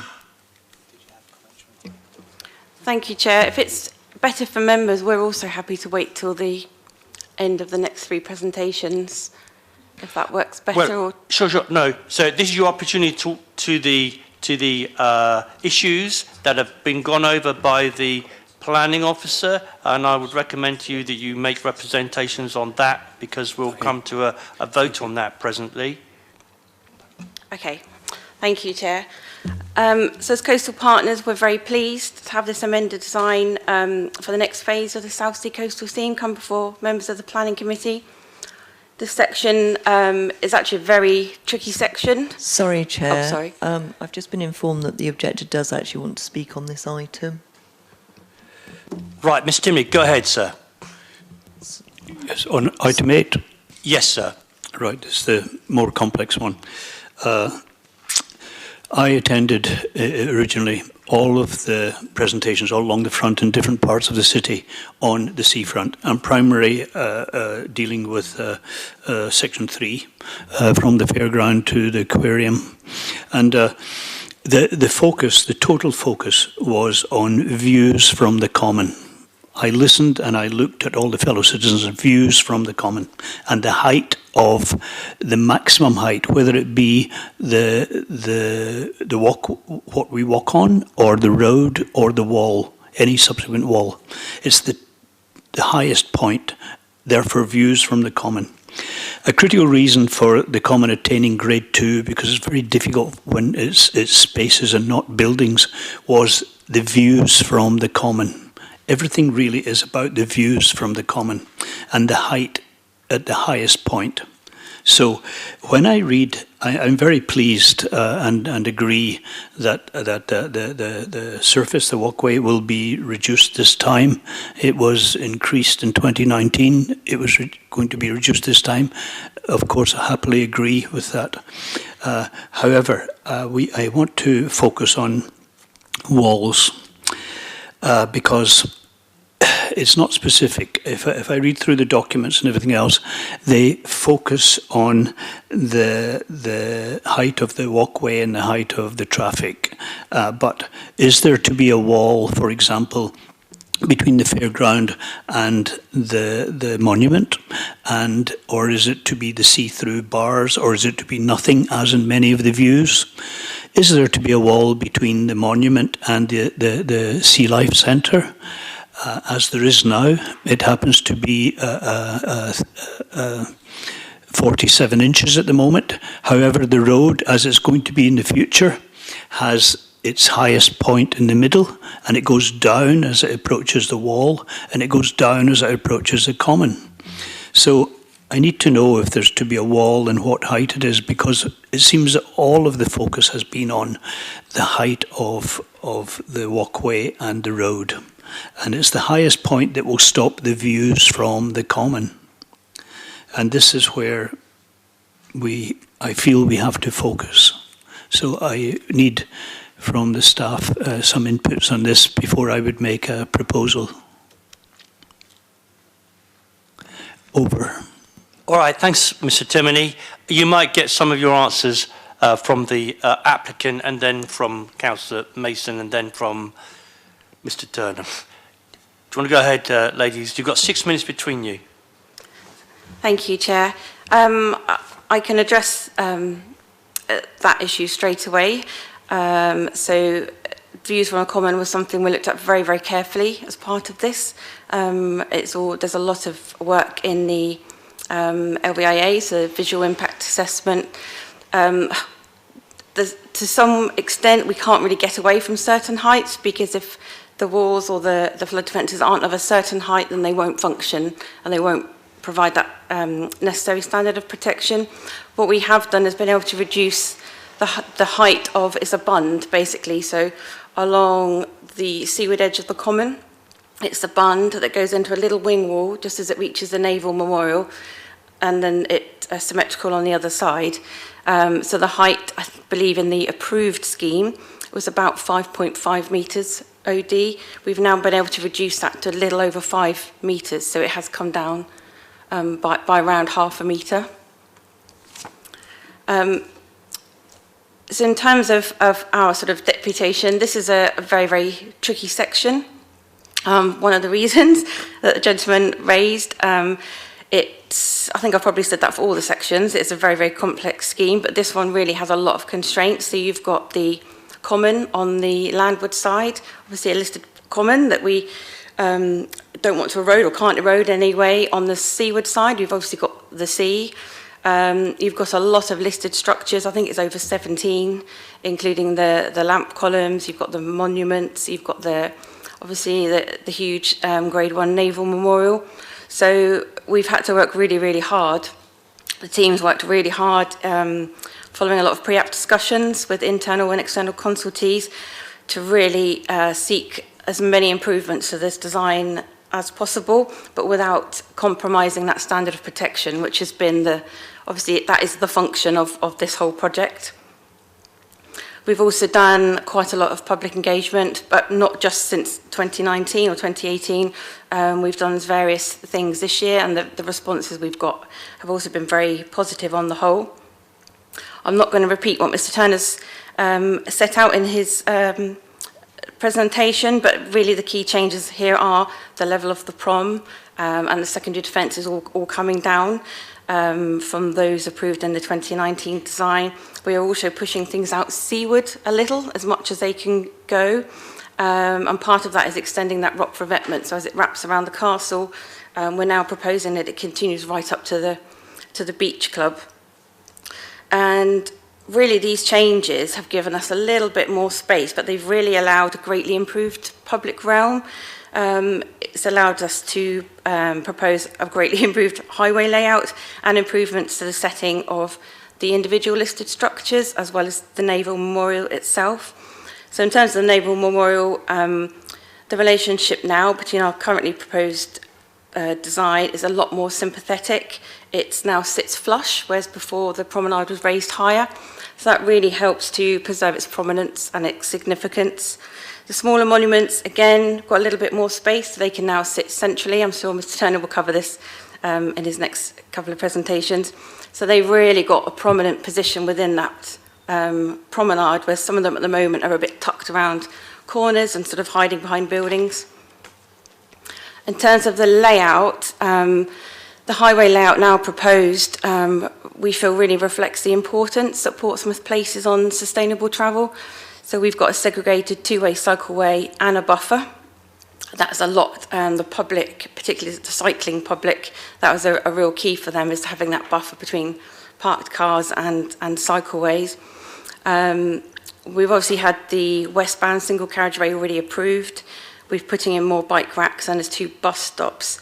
There is an increase of about 21 spaces in terms of parking spaces, and we've achieved this by sort of bringing back echelon parking that wasn't part of the 2019 proposal.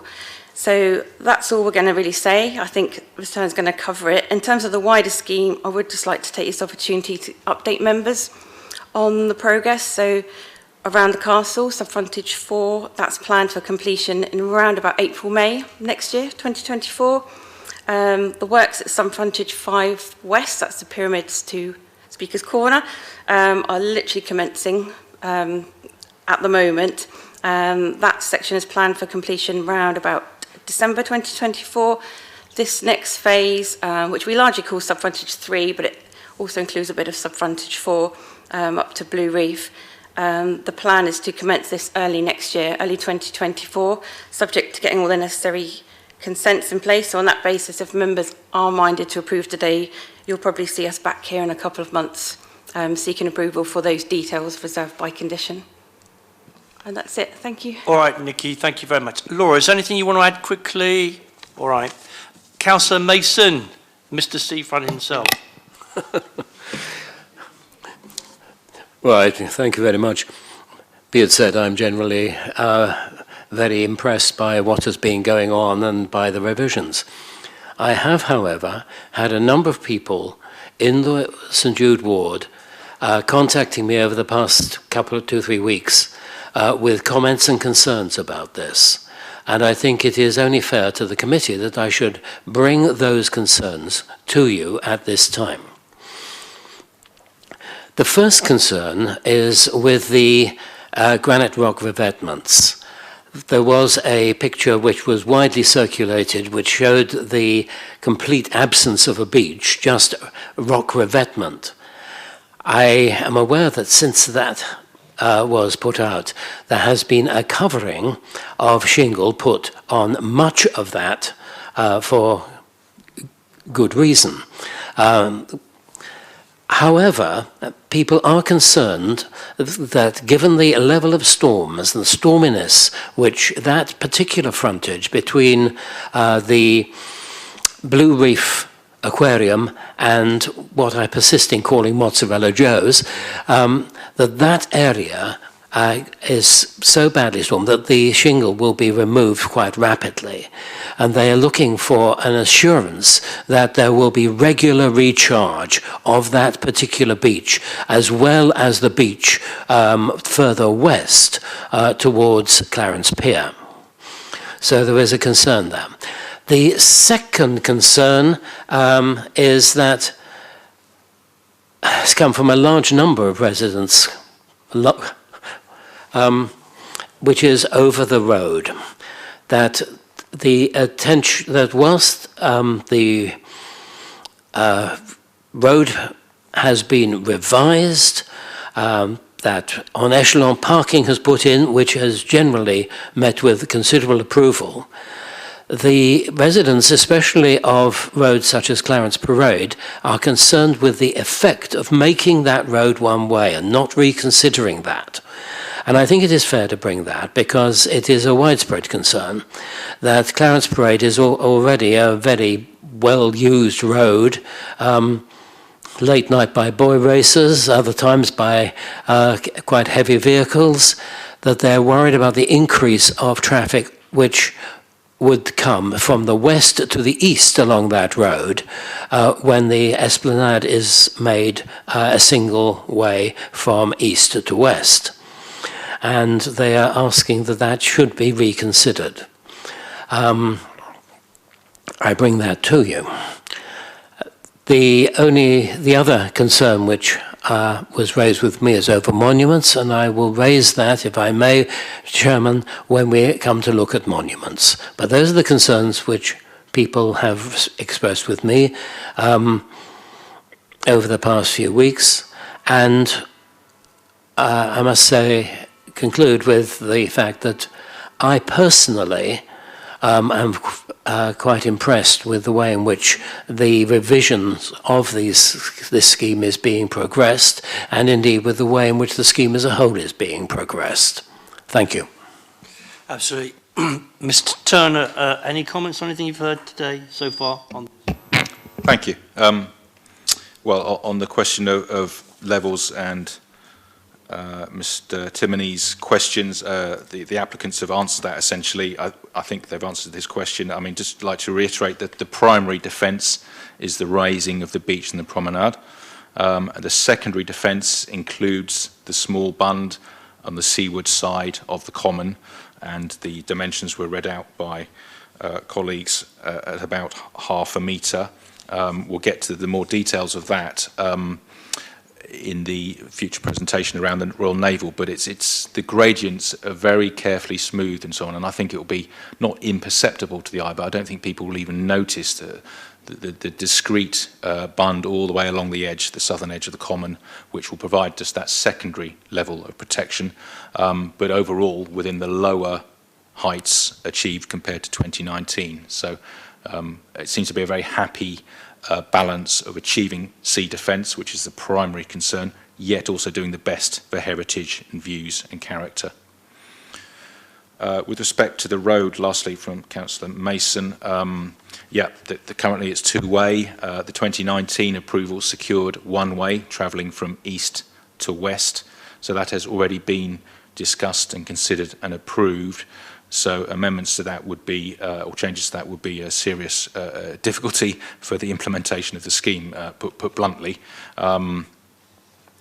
I wouldn't like to speculate upon what the changes could be in terms of people approaching and so on, but people will rapidly come to understand what the new road layout will be, which is you'll need to approach this section of the beach from the east, coming down from whichever way you're coming, either down Eastern Road and Milton Road, approaching from the east anyway. If you happen to come down the western side of the island, you'd have to do the detour along Clarence Parade, as mentioned, and then come down. The first point would be Avenue de Caen to the castle and turn west along this sub-frontage. Residents of the city will quickly learn that is the new arrangement, the approved arrangement, and visitors for the first time, of course, will be directed by their sat-nav, by local signs on the roads, etc. And then lastly, Councillor Mason asking about the shingle and storms and so on. As I said earlier on, the beach presently in this sub-frontage, the western element around the ferry terminal, the hovercraft terminal up to the pier is shingle. That would remain as shingle. It is a dynamic environment, of course, heavily dynamic environment, and if and when sufficient shingle is moved away from that area, it will be monitored by the Coastal Partnership, and if necessary replenished with new material to continue to provide that protection, to continue to have a beach that's accessible to the public, to get onto it without a huge drop.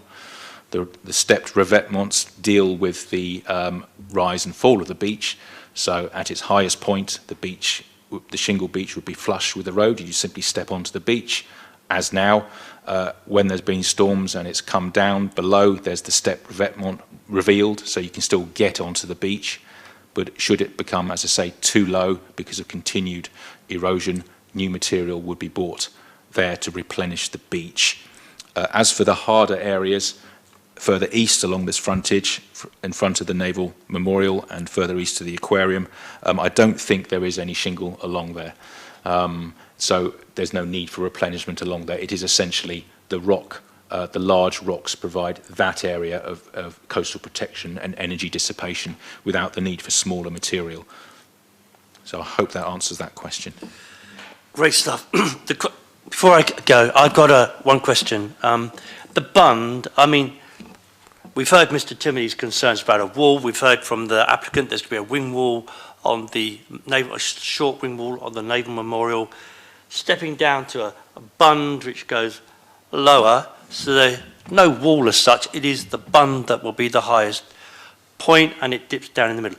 What is the bund constructed of, Mr. Turner? If the sea does come up and over and it hits the bund, which is the secondary, and then starts to go down onto the common, what is the bund made of? Is it just soil, or is it underneath it? Is there something that will stop it from eroding? I don't know the actual substance. All right, well, I'm going to ask the applicants that then. It's unusual, but I am. Thank you. So the bund is basically compacted material, so compacted chalk with topsoil and grass on the top. So the secondary defence won't have to sort of sustain any wave action. It's purely there, so if any water does overtop the primary defence, it just holds it in place, so it doesn't have to stand up to wave pressure like the primary. I get that then, but how is the grass going to survive when it's put on top of a soil and chalk where it's dry enough along there as it is? So what is that going to look like? it will look just like the common looks at the moment. So at the moment, you've got like a gradient going down from the promenade. So it's designed to look and act exactly like that. It just rises up a little bit higher nearer the road. All right, well, we'll see. Members, questions, Councillor Smythe. Thank you very much, Chair. I've got some related questions that, to some extent, unsurprisingly, pick up from Councillor Mason's concerns. I've picked up some of these concerns. Generally, the people I talk to on the seafront, there, I go down quite a lot, are really happy with the overall progress of what's going on and have a good deal of trust about this, and that's, I think, is a great achievement. So, but there are some interesting technical questions that relate to some of the questions we've had before, which I would like to rehearse. One is people are concerned about speeding on that one-way road, and in the last application that we approved, there was an area of differentiated paving going past the Naval Memorial that looked like it would act as a sort of traffic calming measure. And I wondered if there were any comments about the loss of that. Should we get him to answer that one before we? More, I bet you have. Of course you have. I'm glad you. I beg your pardon. I'm glad you have. I'm glad you have. But let's deal with them one by one. The road calming, very important, really important point, because the idiots scream up and down the seafront. Mr. Turner. Yeah, I think the area of different patterns were on the promenade for pedestrians. The road, as far as I can see, previously was a tarmac road with one-way arrows on it to remind people which way you're going, and that would remain the same. I'm not aware at all of any traffic calming on that proposed road, so it would be one way. It would be a 20-mile-an-hour limit as it happens. I'm not aware of any traffic calming. All right, Councillor Smythe, the next one. You may want to see if the committee want to do something about that, whether or not we have the power to do anything about insisting that some kind of traffic calming goes in there. I don't know. Councillor Smythe. I think I do recall some plans that showed some differential paving. I don't think it was a formal traffic calming measure. And certainly the existence of the chevron parking does operate as a brake for calming, and I'm glad to hear it's going to have a 20-mile limit. That is reassuring. In terms of the bund, which I understand about and think would work, there is a terrific amount of concern of the level, what appears to be the level of the water table across the common. And I am a bit surprised not to see that some more soil, some more backfill going in there. The common, even this summer, we've had quite a lot of rain, has been a quagmire in some areas, been very, very wet indeed, and in the winter, and that deters dog walkers and everybody else from walking across for fear of slipping or damaging the grass further. Is there any proposal at all to put any more topsoil there to raise the general level? And is any of that wet because of the higher water table, or is all of it because of the lack of a barrier between the sea and the common? Mr. Turner, if you could answer, if you have any answer. Thank you. Well, first and foremost, it's outside the application boundary, so we can take that away, Councillor, to the relevant parks, for example, department, happily do that for you to raise those questions. I don't know. I have seen water on the common. We probably all have. I don't know if it's one alone of different things or combination of water blown over from the sea in a storm, or the water table, or runoff not keeping up with drainage. I don't know, but Councillor Smythe, I'll certainly take that away and raise that with, I think I'd start with Parks and Leisure. All right then, so the applicants were making a note, just for your information, and my experience with the common over 20-25 years is it drains pretty quickly, and the real problem is it drains so dry. But anyway, your next question. No, that's very helpful, and I think I would like to think that was, even though it's not in the same the application, that was part of the Sea Defence regular newsletter to reassure people who do walk their dogs there and who've been slipping over in the winter and finding it really quite a wet environment. You can parts of the winter you walk across and you nearly need wellies. So that would be useful to have that in the sea defence communication. Thank you very much. I think the slightly lower levels are useful. It's interesting, when you are on the common, you can't actually see the sea, even now, and that won't be that much different. I think the way you're treating the naval memorials, and I very much like the new Serpentine Square, is it called? I think. Good. I'm glad you're agreeing with it. I beg your pardon, Councillor. Have you got a question for the officers? Because we'll come to comment in a minute. We can repeat all of that. I've dealt with my questions. Very good. But that's... thank you. Thank you. Councillor Smith. It's good to see that we've got two-way cycle traffic now. But can I just ask, where has the additional bike lane come from? Where's it been bitten from, for want of a better word? It's quite complex because there's as the applicants have mentioned, there's a certain amount of land available between the edge of the common that we can't erode into and the seaward side where you've got the sea in the way. It's been a rejigging of land availability. There's been a little more overall expansion of the total width from the edge of the beach to the edge of the common that's enabled a bit more of that space for a two-lane cycleway. So it's hard to describe it, but the general moving around and rejigging has enabled it. I don't think there's any resulting compression or tightness as a result. There's still a very spacious field to the promenade, and then you've got the separation between bikes, pedestrians and cars that seems quite a happy and a well-designed compromise now. So it must have come from somewhere, though. So has it come from the beach, then, if it hasn't come from the... As I say, I think it's probably been achieved mostly by the overall width of the prom being slightly widened, has then given a bit more space for a two-lane bikeway instead of just the one. So it's been taken away from pedestrians?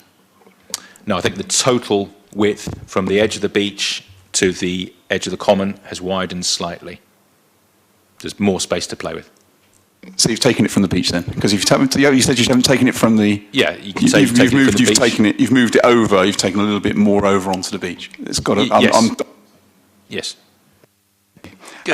My second point is it doesn't work very well, the cycle lane down at the easterly end of the beach, where you've got daily, you get problems between pedestrians and people coming out of their cars, going across the bike lane and onto the promenade. It's a day that you sort of alluded to it, Councillor, earlier. So can I just ask, the path between the cars being parked and the cycle lane, is that raised? Can I just... Thank you. The prom is all pretty level. So you've got demarcations in materials of surface to help differentiate between different... if we get the slide up again, I can talk to the slide at the same time and you can see it better. Thank you. So here we have the road heading towards us, heading east. Here's the chevron parking. Here's the pedestrian lane between the two. So that's the greater separation you've got between the cars and the bike lane here than you have over at Eastney, Councillor, where you rightly remarked that it is a real conflict, a real problem if people aren't looking.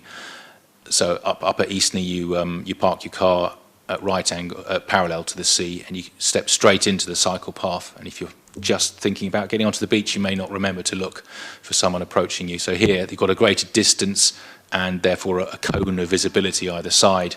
You're going to notice much more easily cyclists coming in front of you as opposed to directly from your side. So you can see the difference in materials. That looks like a curb to me as well, which is a pretty sensible idea to help prevent cars bumping a bit too far. So, sorry, just to clarify that point. One moment, ladies, is that a curb? Yes, so it's different to Eastney, very different. So that is a raised lane then between the two? Yes, so you've got the parking and then you've got a curb up to the pedestrian buffer. So you step up. And then you step down to get onto where the bikes go? Yes, there's a curb. So there's another road for the bike. So it'll just be a bit safer, that's all, I think, if they've got it. Yeah, you've got the answer, which is a good point to make. My third point was sort of following on from Councillor Smythe's point, which was around the one-way traffic. The pictures are all sort of down this end by the rowing club, and you can see a bit of a chicane by the Royal Naval Monument. There's a different coloration to the surface, not a different level in that surface. Can you talk us through that? Thank you. Yes, thanks for pointing that out. General principle you'll see with the listed monuments as well, and I remember previous sub-frontages, where there is a heritage element, especially such an important one, there is a different treatment, a better quality treatment, A and B, to indicate and to give more significance to the setting of a heritage asset, in this case the Grade 1 listed memorial. So yeah, you can see the materials change in front of the memorial from a blacktop to stonework and so on. So yes. Councillor Sanders, a question. Yes, just a couple of questions, Lee. Firstly, there's been some discussion on social media I've seen around the future of what's described as the long blue shelter by the Briny, which I believe is going. May not necessarily be a bad thing, but it would be interesting to know what is proposed to replace it. I understand from previous discussions the council said it will do something, but that something might be quite useful. That's over in front of the rock gardens, isn't it, the Briny? So that's I believe so, yes. Yeah, so I don't know, Councillor, that's outside of this application area. It is, but when I saw it, the impression I got was being dismantled with a view to it being returned. Am I correct, ladies? The latest information that I have, which hasn't changed, I'm afraid, since the last committee, is that that long shelter is being removed and a different new shelter that hasn't so far appeared on our planning applications is to be put back, partly kind of arranged by the council rather than just Coastal Partners, but I suspect it will be like a joint working, but I don't have any other updates since. All right, well that's a 1950s shelter. Yeah, but it's not necessarily a disenhancement not for of the today, area. Councillor Sanders. Sorry? Not for today. Okay, All fine. right. Well, that's an answer which is very helpful. Secondly, like everyone else, I think the two-way cycle lane is a very good thing. I am concerned that it may be inconsistent with the current sets of consultations from government around trying to avoid 20-mile-an-hour zones and things like that. What we don't want to do is to pass something today and then find it can't happen because the rules have changed. Is it the view that it's consistent with what is emerging from government, or is it just a case of we've got to see what actually emerges at the end of these consultations? I hesitate to get into that area, but I will say I can't see any difficulty with the principle of a two-way bike lane separated. Of course, I think almost everyone must surely believe that's beneficial and safer for everyone. I won't get into speed limits. I think that's probably a good thing. The third bit is just a general detail point, which is that the proposals for the gap between the parking and the two-way cycle lane are concrete from what I see. I know that we've looked at rain gardens and similar things in Halifax and Nova Scotia this week. Is that something that could be considered instead of concrete? For exactly which part? Sorry, Councillor. If you go back to the previous, sorry Simon, if you go back to the previous drawing, that one, it's the bottom left one. So what you're proposing is effectively is a pavement with lampposts in the middle as part of the delineation between the parking and the two-way cycle lane. Is there any chance for part of that to be used as rain gardens rather than concrete to improve the environmental aspects of it all? I see, thank you. I think the short answer is that's not the intention, or indeed that's not the proposal. We talked about landscaping in this area. The approach here is it's a hard landscaped area with very little or no landscape in this particular area. I think that's probably to do with reasons of maintenance and so on, while of course there could be some gains in drainage. I think with the large common behind, back to the previous question, those would be perhaps relatively limited. I think for robustness and clarity and quality and longevity of stonework in particular, as well as any concrete, that's why it's a hard landscaped area. Those are my questions, Lee. Great stuff. So we're going to move on to comments. I'm going to start off by saying that I think that I've been around everybody, haven't I, on questions. So I think everyone's a winner with these changes.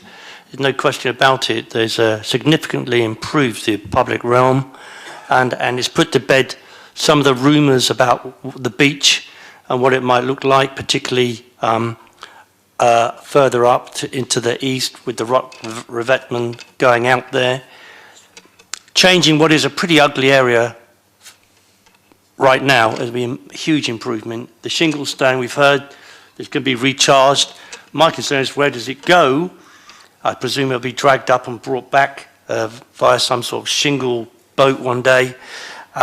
So everyone's a winner, and I have to congratulate, I'm sure on behalf of all of us here, and you may say your own things, but the team for what they're doing, all of you, and the council officers involved. This shows a really high level of listening to people and reassuring people, but at the same, and meeting what people want, but at the same time protecting the city, in this case, South Sea residents in particular, from the awful impact of a 1 in 200 flooding event is really important. The war memorial, we've seen the way that it's going to be engaged better with the seafront, creating this world-class destination along our seafront, and we'll talk about the memorial shortly. But the great respect that's been understood around the Naval War Memorial, I think it's going to improve that enormously and enable better commemoration there even into the future. So huge winners here. The issue on the speeding, that's really going to have to be addressed by the police, and maybe Councillor Mason will look to get in some traffic calming measures in due course, but the narrowing of the road is going to inevitably put off these fools who do what they do, and we hope the police clamp down on that, as they seem to be lately up towards Cosham anyway. So there's a lot of gain out of this, and Portsmouth is an enormous beneficiary of the hard work of so many people. So I mean, there's a lot more I could say, but I get the gist. So I'm very content and pleased and happy to move this report, this officer's report with its recommendations without any changes whatsoever. Have I got a seconder? Councillor Sanders. Members' comments, your own comments. We should go straight to the vote? Are you sure? Are you getting tired, I suppose? Lee, the truth is you've said it all. Well, I have, but mate, I mean, you know, but there may be some dissension along the way. No, I don't think there will be. Everybody seemed to have got what they wanted out of this today, so it's tremendous, really. It doesn't happen all that often, does it? But, and I've said thank you to everybody. All right, all those members in favour, I need a second, Councillor Sanders, we're all done, we're all agreed. Everybody's hands up apart from, yep, all of us. 1, 2, 3, 4, sorry. 1, 2, 3, 4, 5, 6, 7. Juliet, all right, so it's unanimous. That's unanimous. Planning permission is granted. Tremendous. So, Mr. Timoney, sir, we're now moving on to item number 9, which is the listed building consent applications, which are our 3, and which Mr. Turner will introduce now. Thank you, Chairman. Yes, so the first of the 3 resulting listed building applications inextricably linked with the wider cedar fences are the removal and repositioning of 9 Grade 2 listed lamp columns along the seafront.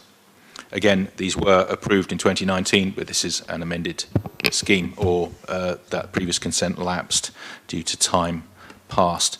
The existing lamp columns are distributed, 9 of them, across this sub-frontage, relatively even distribution, and there won't be much change either from the existing or from the 2019 consent.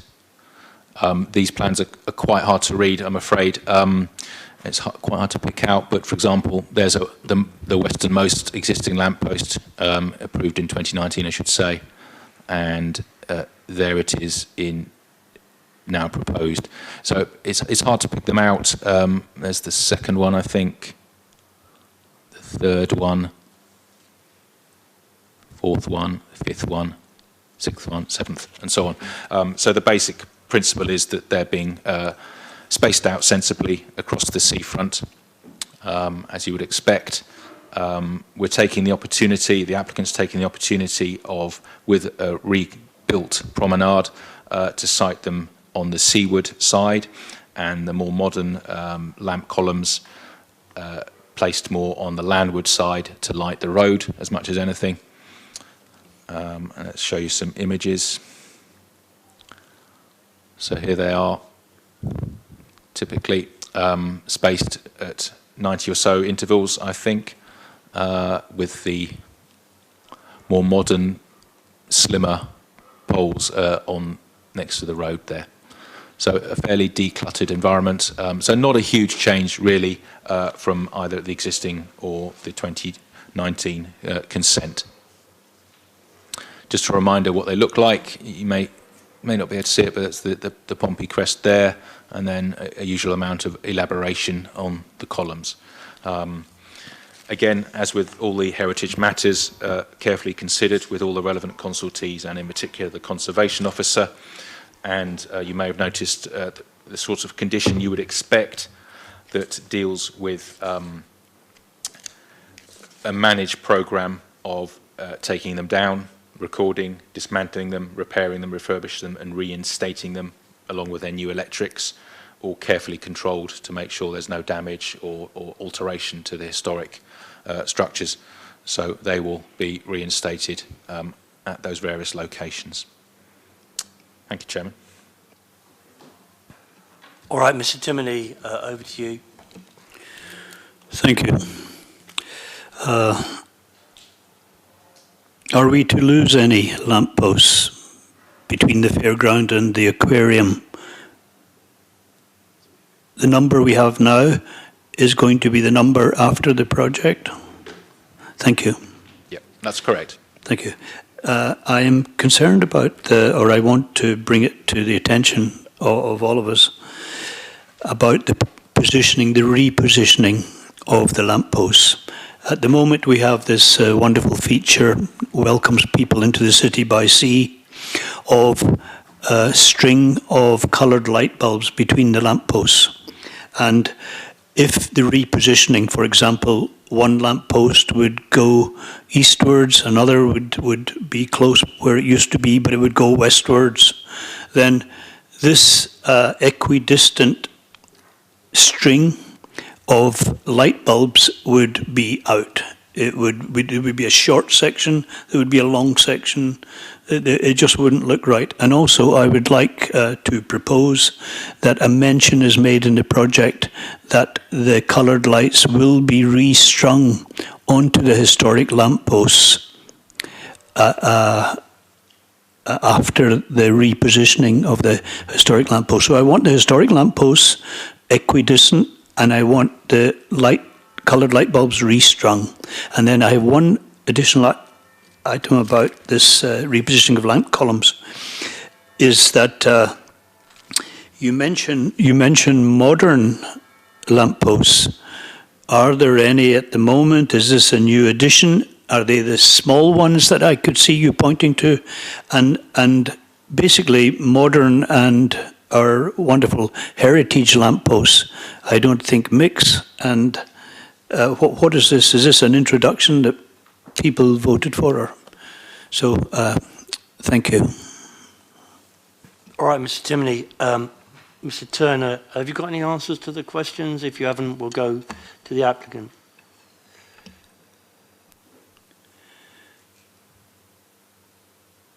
Thank you, Mr. Timoney.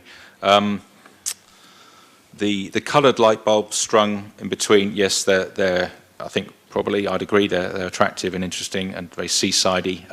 I don't believe they're part of the planning application. I haven't seen details. the Seafront Partnership, perhaps the Coastal Partnership can just answer that in a moment for you. Otherwise, in terms of the gaps, you want to see regular gaps. That is indeed what is being proposed. The historic lampposts will be regularly spaced, which makes sense in terms of overall character and practicalities. And then lastly, you asked if they're about the modern lampposts. Well, there would have been a choice. Would we build extra lampposts to replicate the previous historic ones, or have brand new ones to light the road? Clearly a decision was taken to have a modern, sleek, discreet approach. And I think that's always a debate that goes on in heritage when you're copying something or building something in a conservation area with listed building. Do you go for pastiche? Do you go for an appropriate modern approach? Clearly the decision here was for a modern approach. That's been previously approved and accepted by all parties. I think, Mr. Timney, there'll be a discreet and sleek addition. The whole environment is new, of course, with new stone in particular predominating. So the whole environment will appear new and crisp and modern, albeit with careful nods and more than a nod to heritage assets. So the new lighting will serve to light the road more than anything. And then on the beach itself and the promenade, you've got the historic relocated lamps. All right, Nikki, can you reassure us that the lights will be going back once they've been the new light all been rejigged? So the current plan is that the festoon lighting isn't put back, and I don't know if members can cast their minds back to the application for 5 West.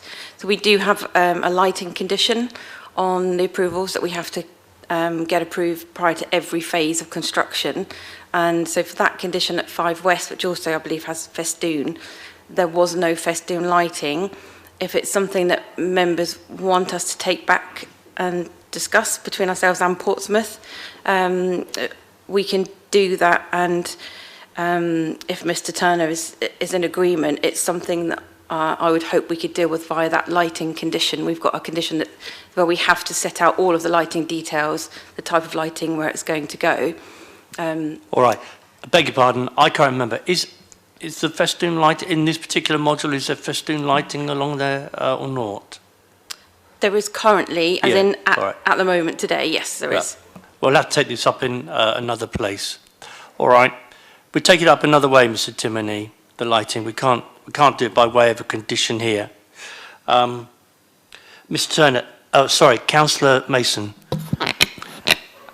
I recall from a different place about 18 months ago that the lighting festoon which we have is coming to the end of its useful life, and there was in culture and leisure a move to look to new forms of decorative lighting, replacing the bulbs with LED lights and coloured lights. How far that has gone, I do not know, but it is certainly under consideration, Chairman. All right, we'll all get teased out to everyone's satisfaction in the end, I've no doubt. Right, there we are. So that's number 1 concluded. Juliet, should we take a vote on each one as we go along or at the end? Yes, you need to take a vote on each one. Just to note that Councillor Darren Sanders did leave the chamber before this item commenced. Yes, he's gone off now. Councillor Smythe.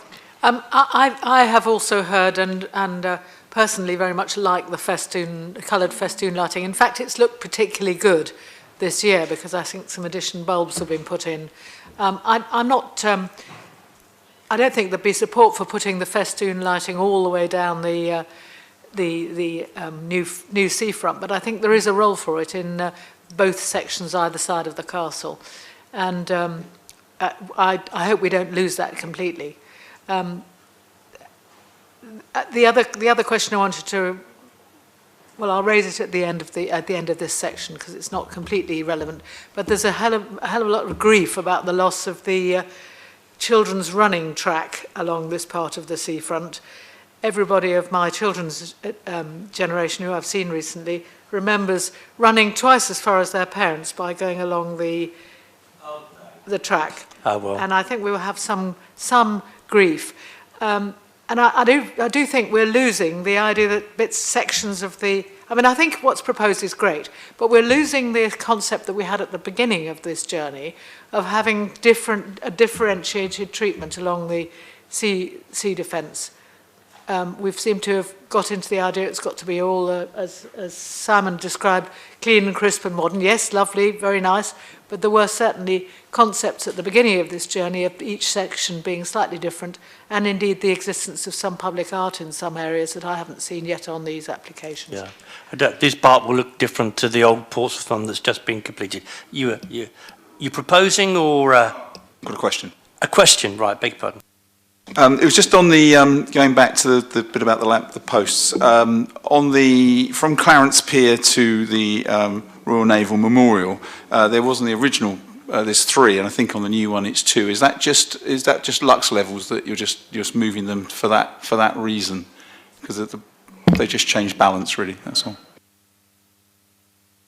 So we're on the first one at the moment, John, and then we're going to vote on that one. Then we'll move on to the...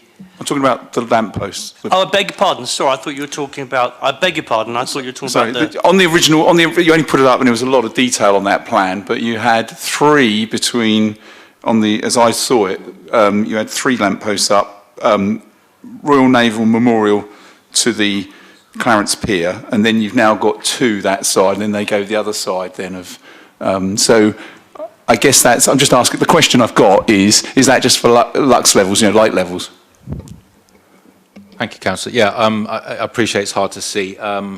Approved in 2019, there were 5 between the ferry terminal, hovercraft terminal and the Naval Memorial, and there are 5 again in very similar locations. So it's a minor adjustment. Clearly, they've had an eye to lux levels, both for the road and for the, in this case, for the prom. I can try and point them out to you again. I can go a bit larger.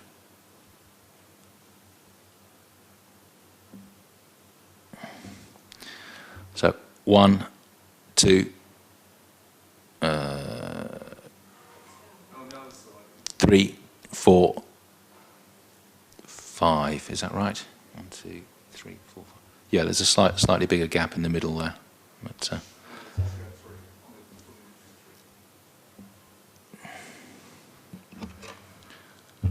1, 2, 3, 4, 5. It's a slightly different disposition, but not radically different.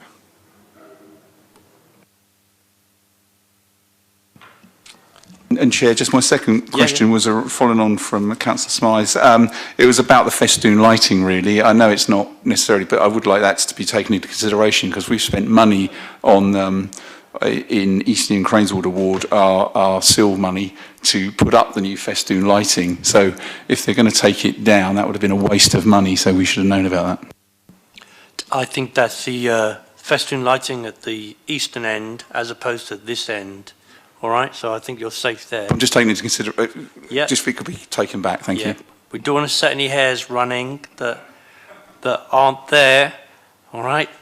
Okay, so there we are. I'm moving on page 75 under listed building consent applications. I'm moving item number 1, which is about the removal and repositioning of 9 number grade 2 listed lamp columns on the seafront. So I've moved the officer's report. Do I have a seconder? Councillor Lady. Thank you, Councillor. All those in approval, in agreement, please raise their hands. That's unanimous, Juliet. 1, 2, 3, 4, 5, 6. Thank you, members. Listed building consents granted. All right. And so we move on to item number 2, Mr. Turner.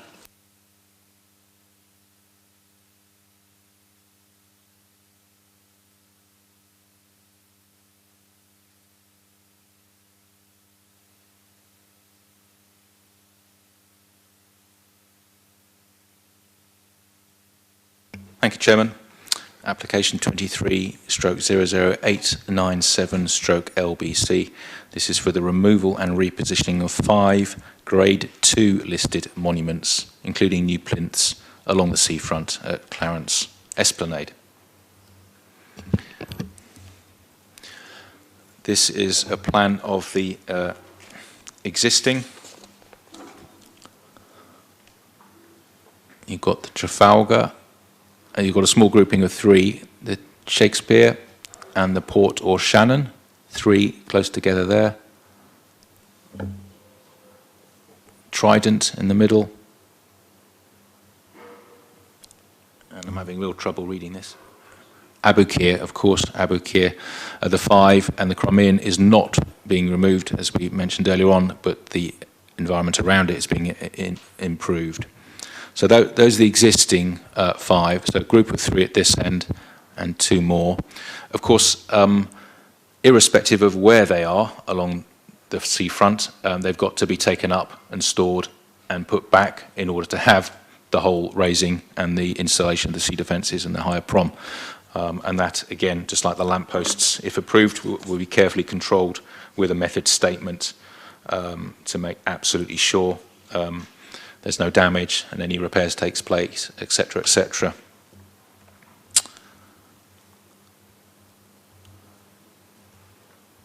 I just want to get to the next slide. Oops, sorry. Let's see if I can get. No.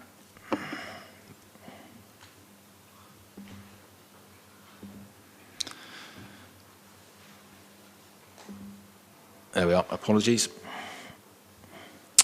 Here we are. Here are the 5 slides. Now, I mentioned the grouping at the moment at the western end of 3 of them. The opportunity has been taken to move all of these and to spread them out along the seafront, so to give a more regular experience for members of the public and settings to each individual one. You may struggle to see some of them here. Trafalgar is right next to the hovercraft. It's just to the right out of picture. So its setting is cramped by the less than beautiful appearance of the hovercraft, the perspex screen there. So it doesn't have a good setting. So moving it 8 metres east will improve that setting. The Chesapeake, excuse the pronunciation, again is moving 40 metres east. I'll show you the locations in a moment. It's really hard to see, this is so small actually, but that one is right on the edge of the prom. It's hard for you to see. We're looking from east to west towards the ferry, but it's sitting on the edge of the prom. So that one would come into the middle. All of them would sit within the middle of the prom, and so they would have their individual settings. So instead of them being looked at from one side only, perhaps, like this one, they would have their own settings and be much more appreciated and much better presented. And so in terms of heritage and overall character, a real gain. That's the general principle, and I applaud the applicant for taking those opportunities. Also, quite a lot of them being on the beach are also right in the front of what the wind and ocean throws at them, so they are susceptible to a bit more damage as well in their current locations. Peel and Shannon is there actually on the beach. That will move 45 metres east to get the setting, the spacing. Trident there, again, is actually on the beach with the prom just slightly behind. Now, that would go and sit in the middle. And Aboukir is on one of the man-made slopes down, again, where the waves are strongest, as Councillor Mason was talking about earlier. That's the hard-engineered part of the beach that will be replaced with hard engineering with the rocks. Again, so they're all moving east by a variation of 8 metres up to 80 metres, the Crimean staying where it is. So Trafalgar, just the 8 metres to give it a little bit better setting. Shakespeare moving a bit further, etc., etc. So moving along to greater distances. So we'll end up with a happier distribution of them. 1, 2, 3, 4, 5.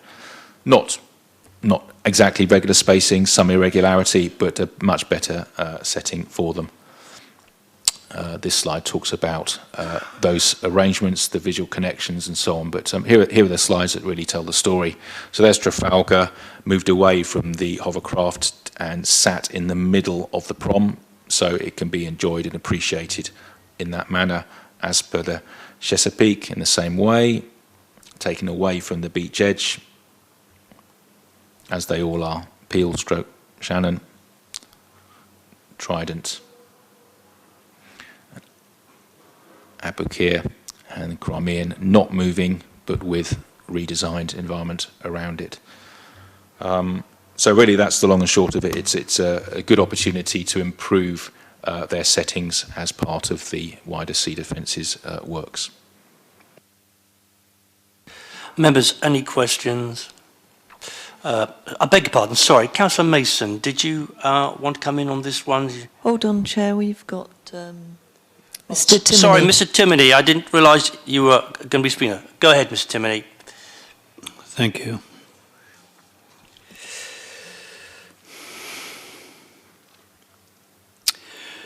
Do we remember the suggestion that the Yomper over at the long-term Royal Marine Barracks would be moved to the dockyard? Well, what we have here, my view is it absolutely should not, because it's the only one there to remind us of the great heritage that's there. But we have a great opportunity here.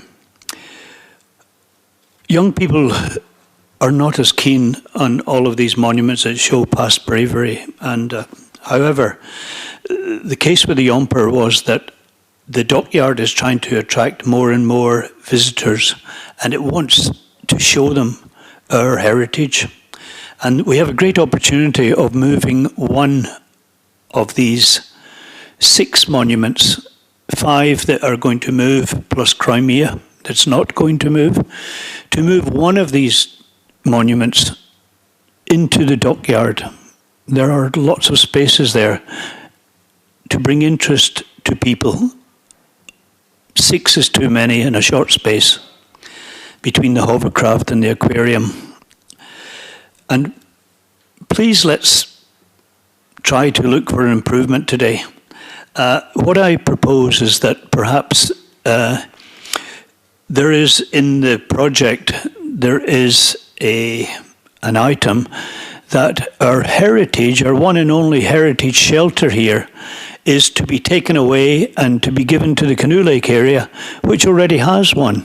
I think it's W02 and W05 are the figures. The Canoe Lake area already has a heritage shelter.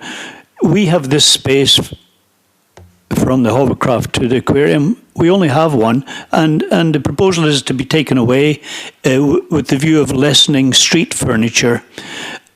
And I propose that if the Chesapeake is the one that's closest to the shelter, if the Chesapeake moves to the dockyard, if that's the one that's chosen, the removal of it and then the moving to dockyard, it won't cost extra money.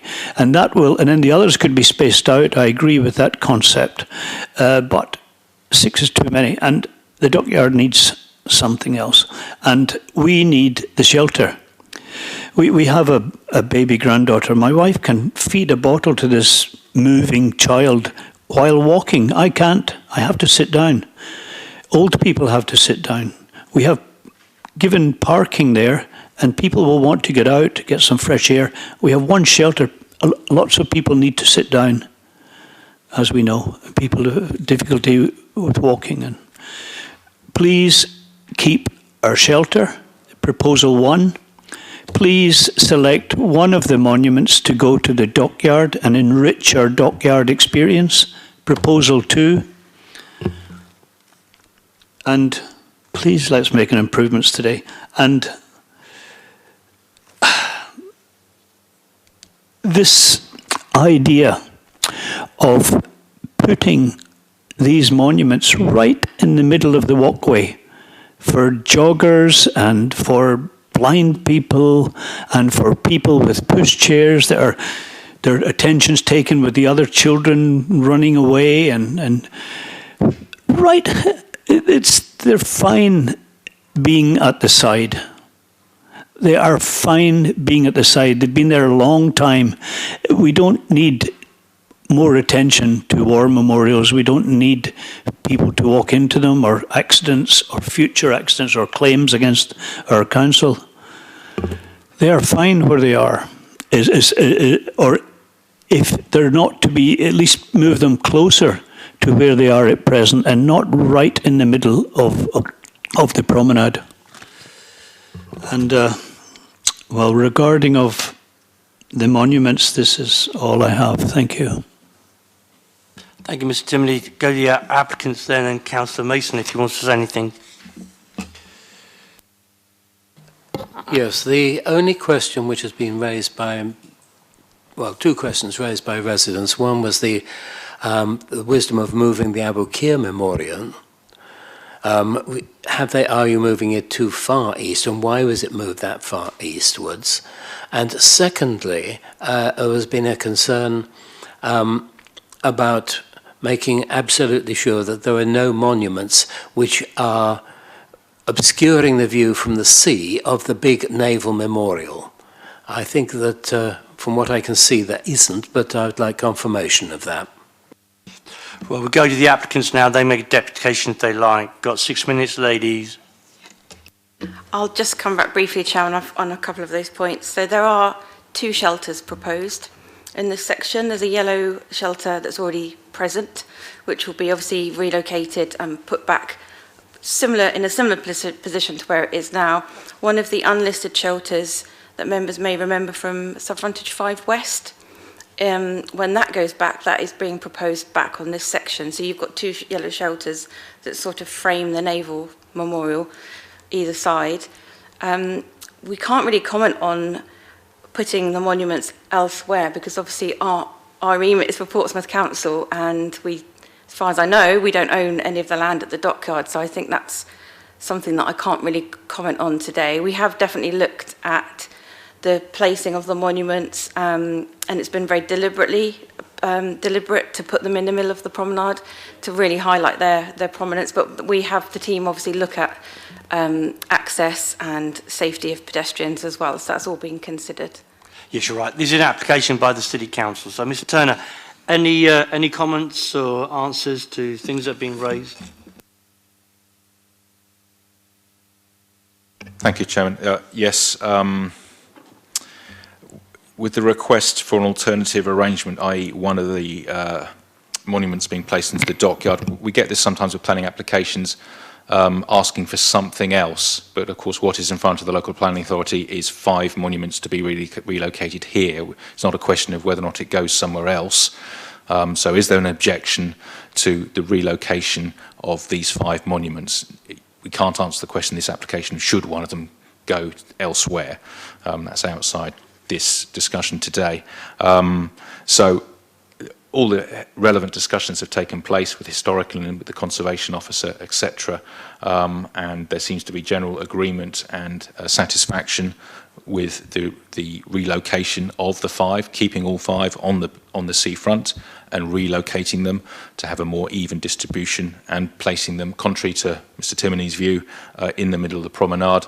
There's no consultation reply that I've seen, including from transportation or anyone else, saying that there's a restriction in terms of space for people to get by. It strikes me from the images we've seen that there's still a good availability of circulation space for people around the promenade, around the monuments, separated from the bikes and the cars. So it wouldn't appear to be any danger of compaction or congestion. The applicant has answered the questions about the shelters, thank you. And then Councillor Mason has asked about Abu Kir Memorial and what's in front of the Naval Memorial. Abu Kir is currently in front of the Naval Memorial, and it would be moved 80 metres to the southeast to take it away from the front of the memorial. We can see the image if it comes up. So that would open up. I don't think it was a terrible imposition or obstruction in front of the Naval Memorial, but one could argue that placing it to one side could be advantageous. I'm just looking at Street View now. It's a modest monument as well, actually, I should say. So in any event, the proposition is to remove it further away to widen the aspect and prominence of the Grade 1 structure. Members, any questions, Councillor Smythe? This is a question I can see what this planning application is about, and I can see that it's not about things that it's not about. But does the plan at the moment show seating generally in the positions it's going to be in? Could we have a quick look at where that seating is going to be and where there's enough? I think one of the impressive things about the step one that we've already done is that there's plenty of seating. And I'm worried about the fact there may not be plenty of seating in this section. Although I appreciate it's not strictly part of the planning application, but do we get a chance to look at All the right. seating No, okay. another We'll time? give it that. Throw the net more widely, Simon. The seating. I mean, we either have a chance to look at it, Yes, or we're yeah. passing this by default without enough seating. Well, that was the previous planning application, but there we go. Yeah, if we can get the image again, thank you. Thank you, Councillor. I did mean to mention it. Here are some of the seating. It may not look like a traditional seat with a back, but that's clearly one of those sorts of structures where you can sit on either side of it, around it. It's that big. There's another one. So along with the shelters just mentioned and the occasional placing of seating arrangements, that seems to be taken care of, broadly speaking. Thank you. It was confusing. I got the wrong end of the stick, I'm sorry. It was confusing to think that this application, without having pointed those out, was I realised that it was in the previous one. So is there anything else we should notice here that isn't? There'll be the odd rubbish bin and so on, but not too much clutter. I'm most grateful. Sorry I got hold of the wrong end of the stick. Members, there's no other questions I can see. I mean, it's very clear to me that these planning application, the removal and repositioning of the Grade 2 listed monuments, etc., is going to improve the character and enhance the importance of the monuments, put into places that are more respectful of the things that have happened in the past. So I would like to move the recommendation, which the officers are asking for approval. We're referring to number 2 on page 75, which is removal and repositioning of 5 Grade 2 listed monuments to include new plinths along the seafront at Clarence Esplanade. So members, all those in agreement, please show your hand. I propose I need a seconder, I'm sorry. Yeah, we need a seconder. Need a seconder. We're all, Councillor Dent, well done, sir. All those in agreement, raise your hands. That's 1, 2, 3, 4, 5, 6. So that's unanimous. Members, thank you very much indeed. Then we're on to the last item, Mr. Turner.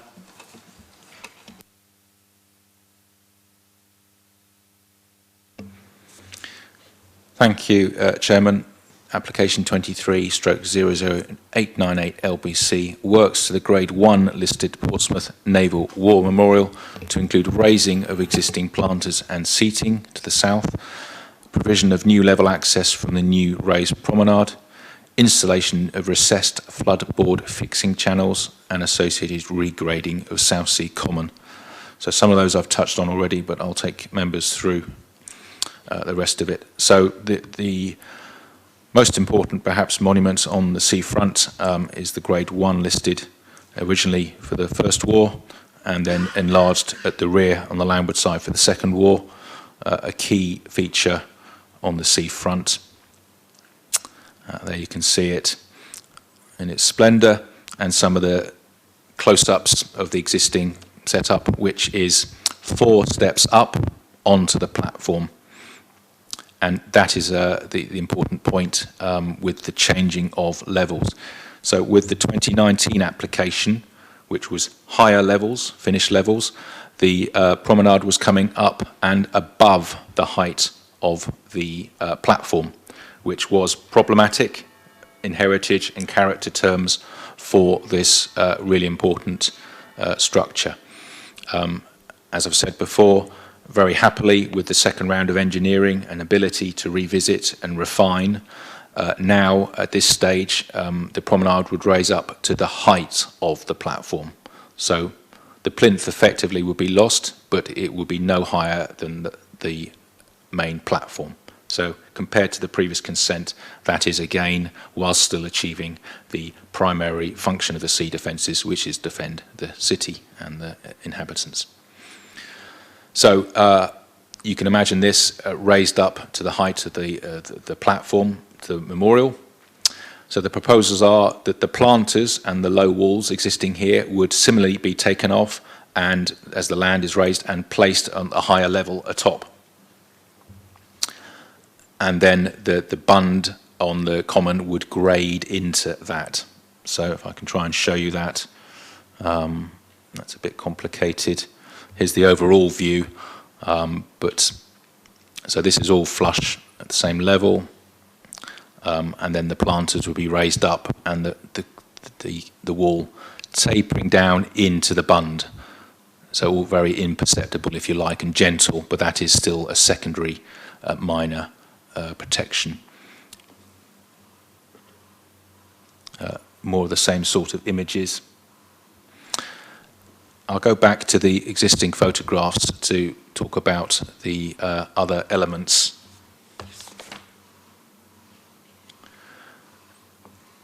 So these would effectively be a gap. As the planters and walls are raised up, should the water ever come up and lap around the monument, the gap between them and the main gap in front would become, it's like a gate.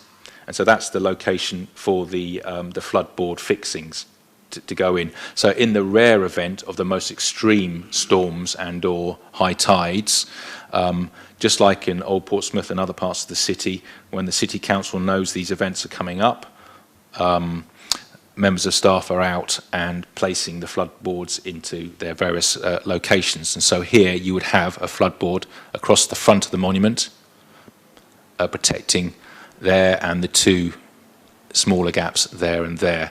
It's about a 90 centimetre tall board, probably made of aluminium, but that will be stored off-site for 99% of the time, whatever it is in between storm events, so you wouldn't see it.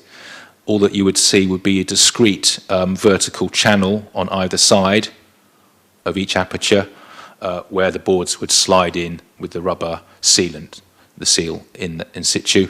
And because of the width of the 20 or so metres across the front, there would be a central post that would be placed as and when needed. But when not needed, there would be a discrete plate, a metal plate set into the level of the stonework, so no one's tripping over it or falling into a hole. So it would be very discreet, those arrangements, but that is necessary just to provide that last bit of protection in the event of the most extreme events. The Commonwealth War Graves Commission has been engaged, as set out in the first report for the various condition, and positive engagement there, so no objections from all the heritage parties to the application. So broadly speaking, it's a good news story from the point of view that the higher previously approved level has come back down again, so the prominence and the height and position of the monument is best preserved, happily preserved, with the minimal amount of intervention possible whilst achieving the flood protection. Thank you. Mr. Timoney, are you wanting to have a go on this one, as it were, sir? Yes, I do. Off you go then. Thank you very much.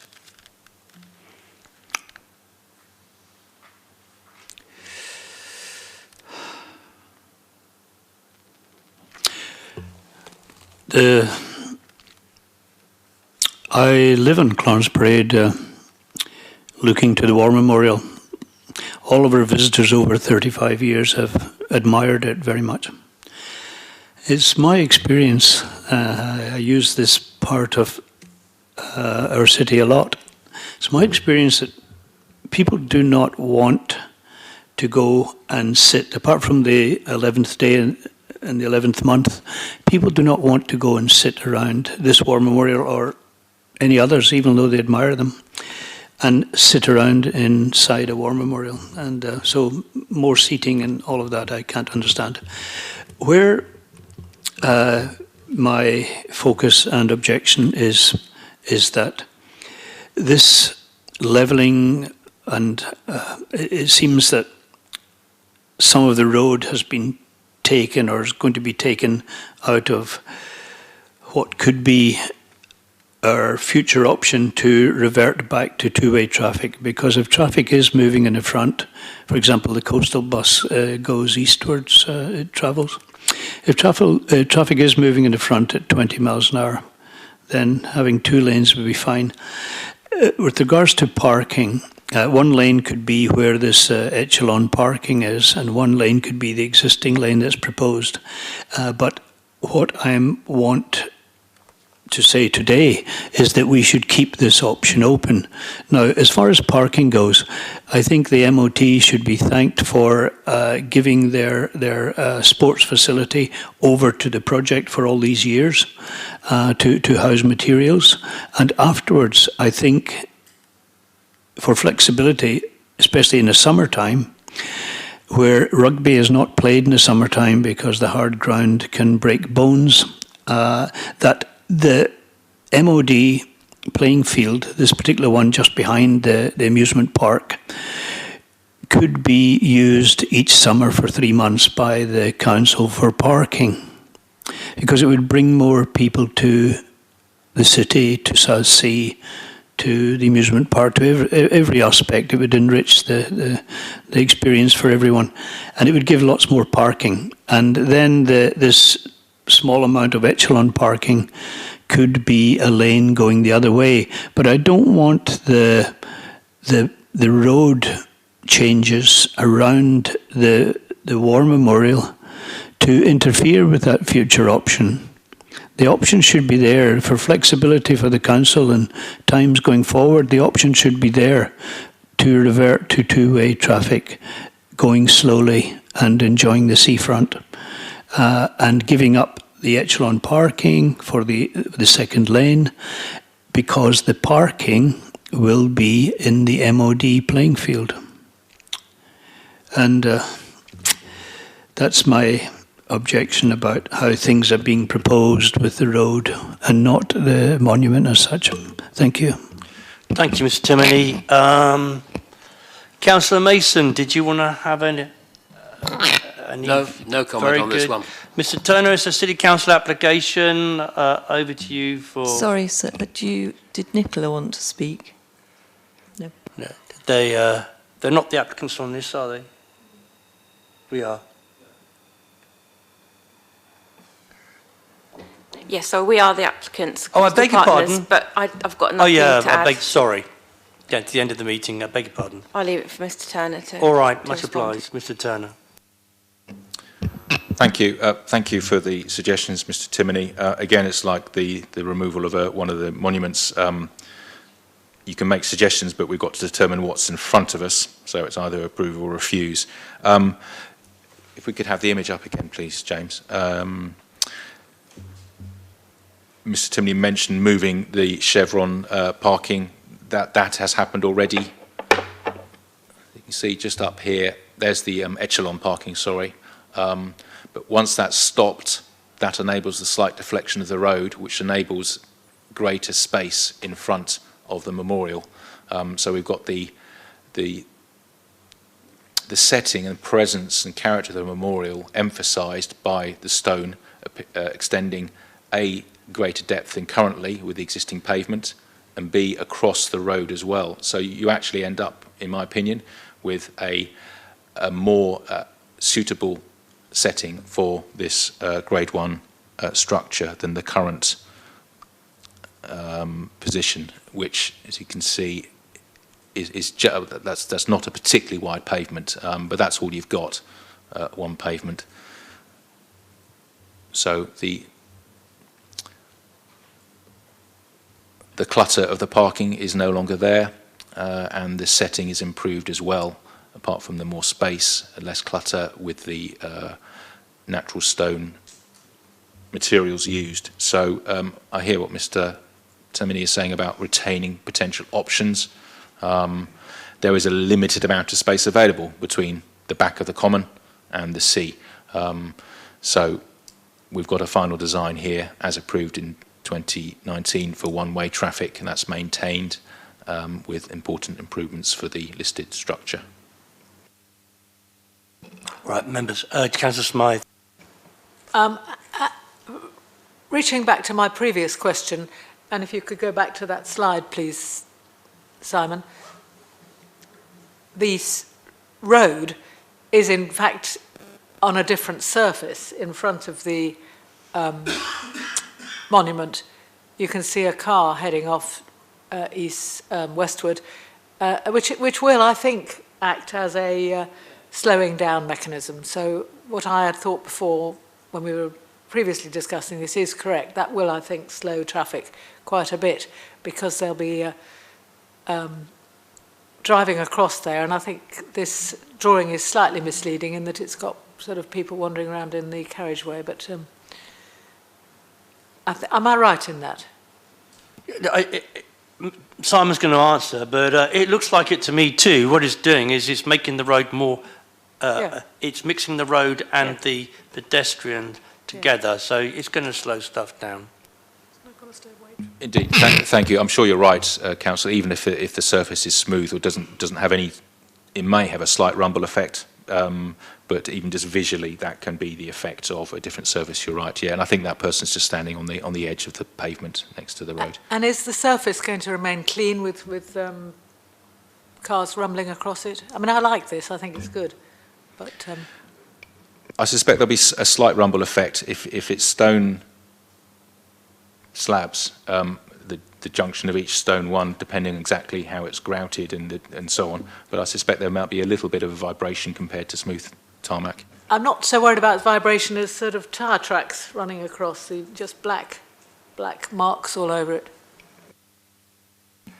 Well, whilst he's thinking about that, we'll go to Councillor Smith.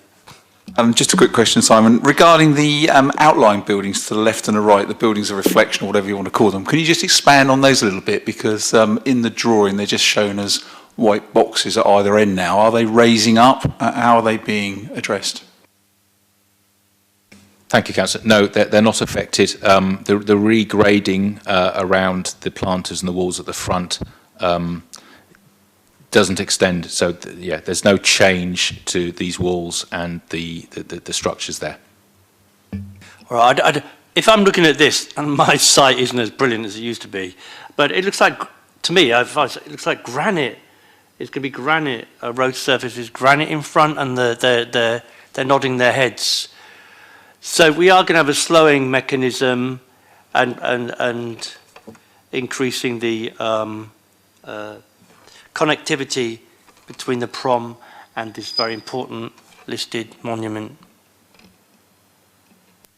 So it's granite, Mr. Turner.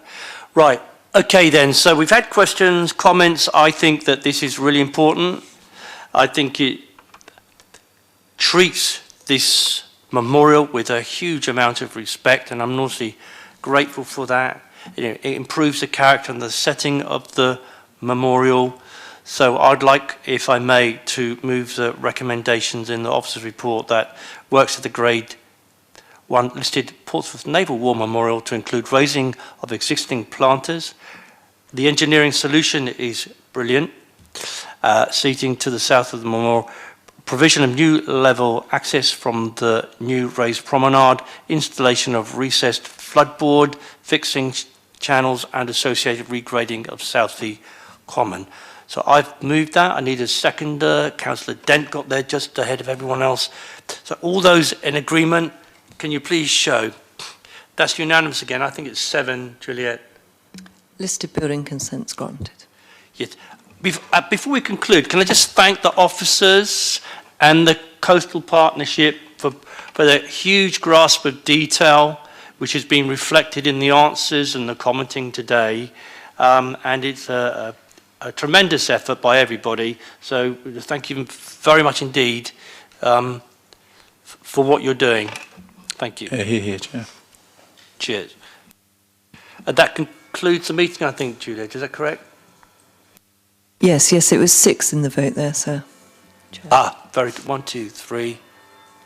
Yeah, you're right. And my mate behind me, the rabbit, Harvey, he sat there.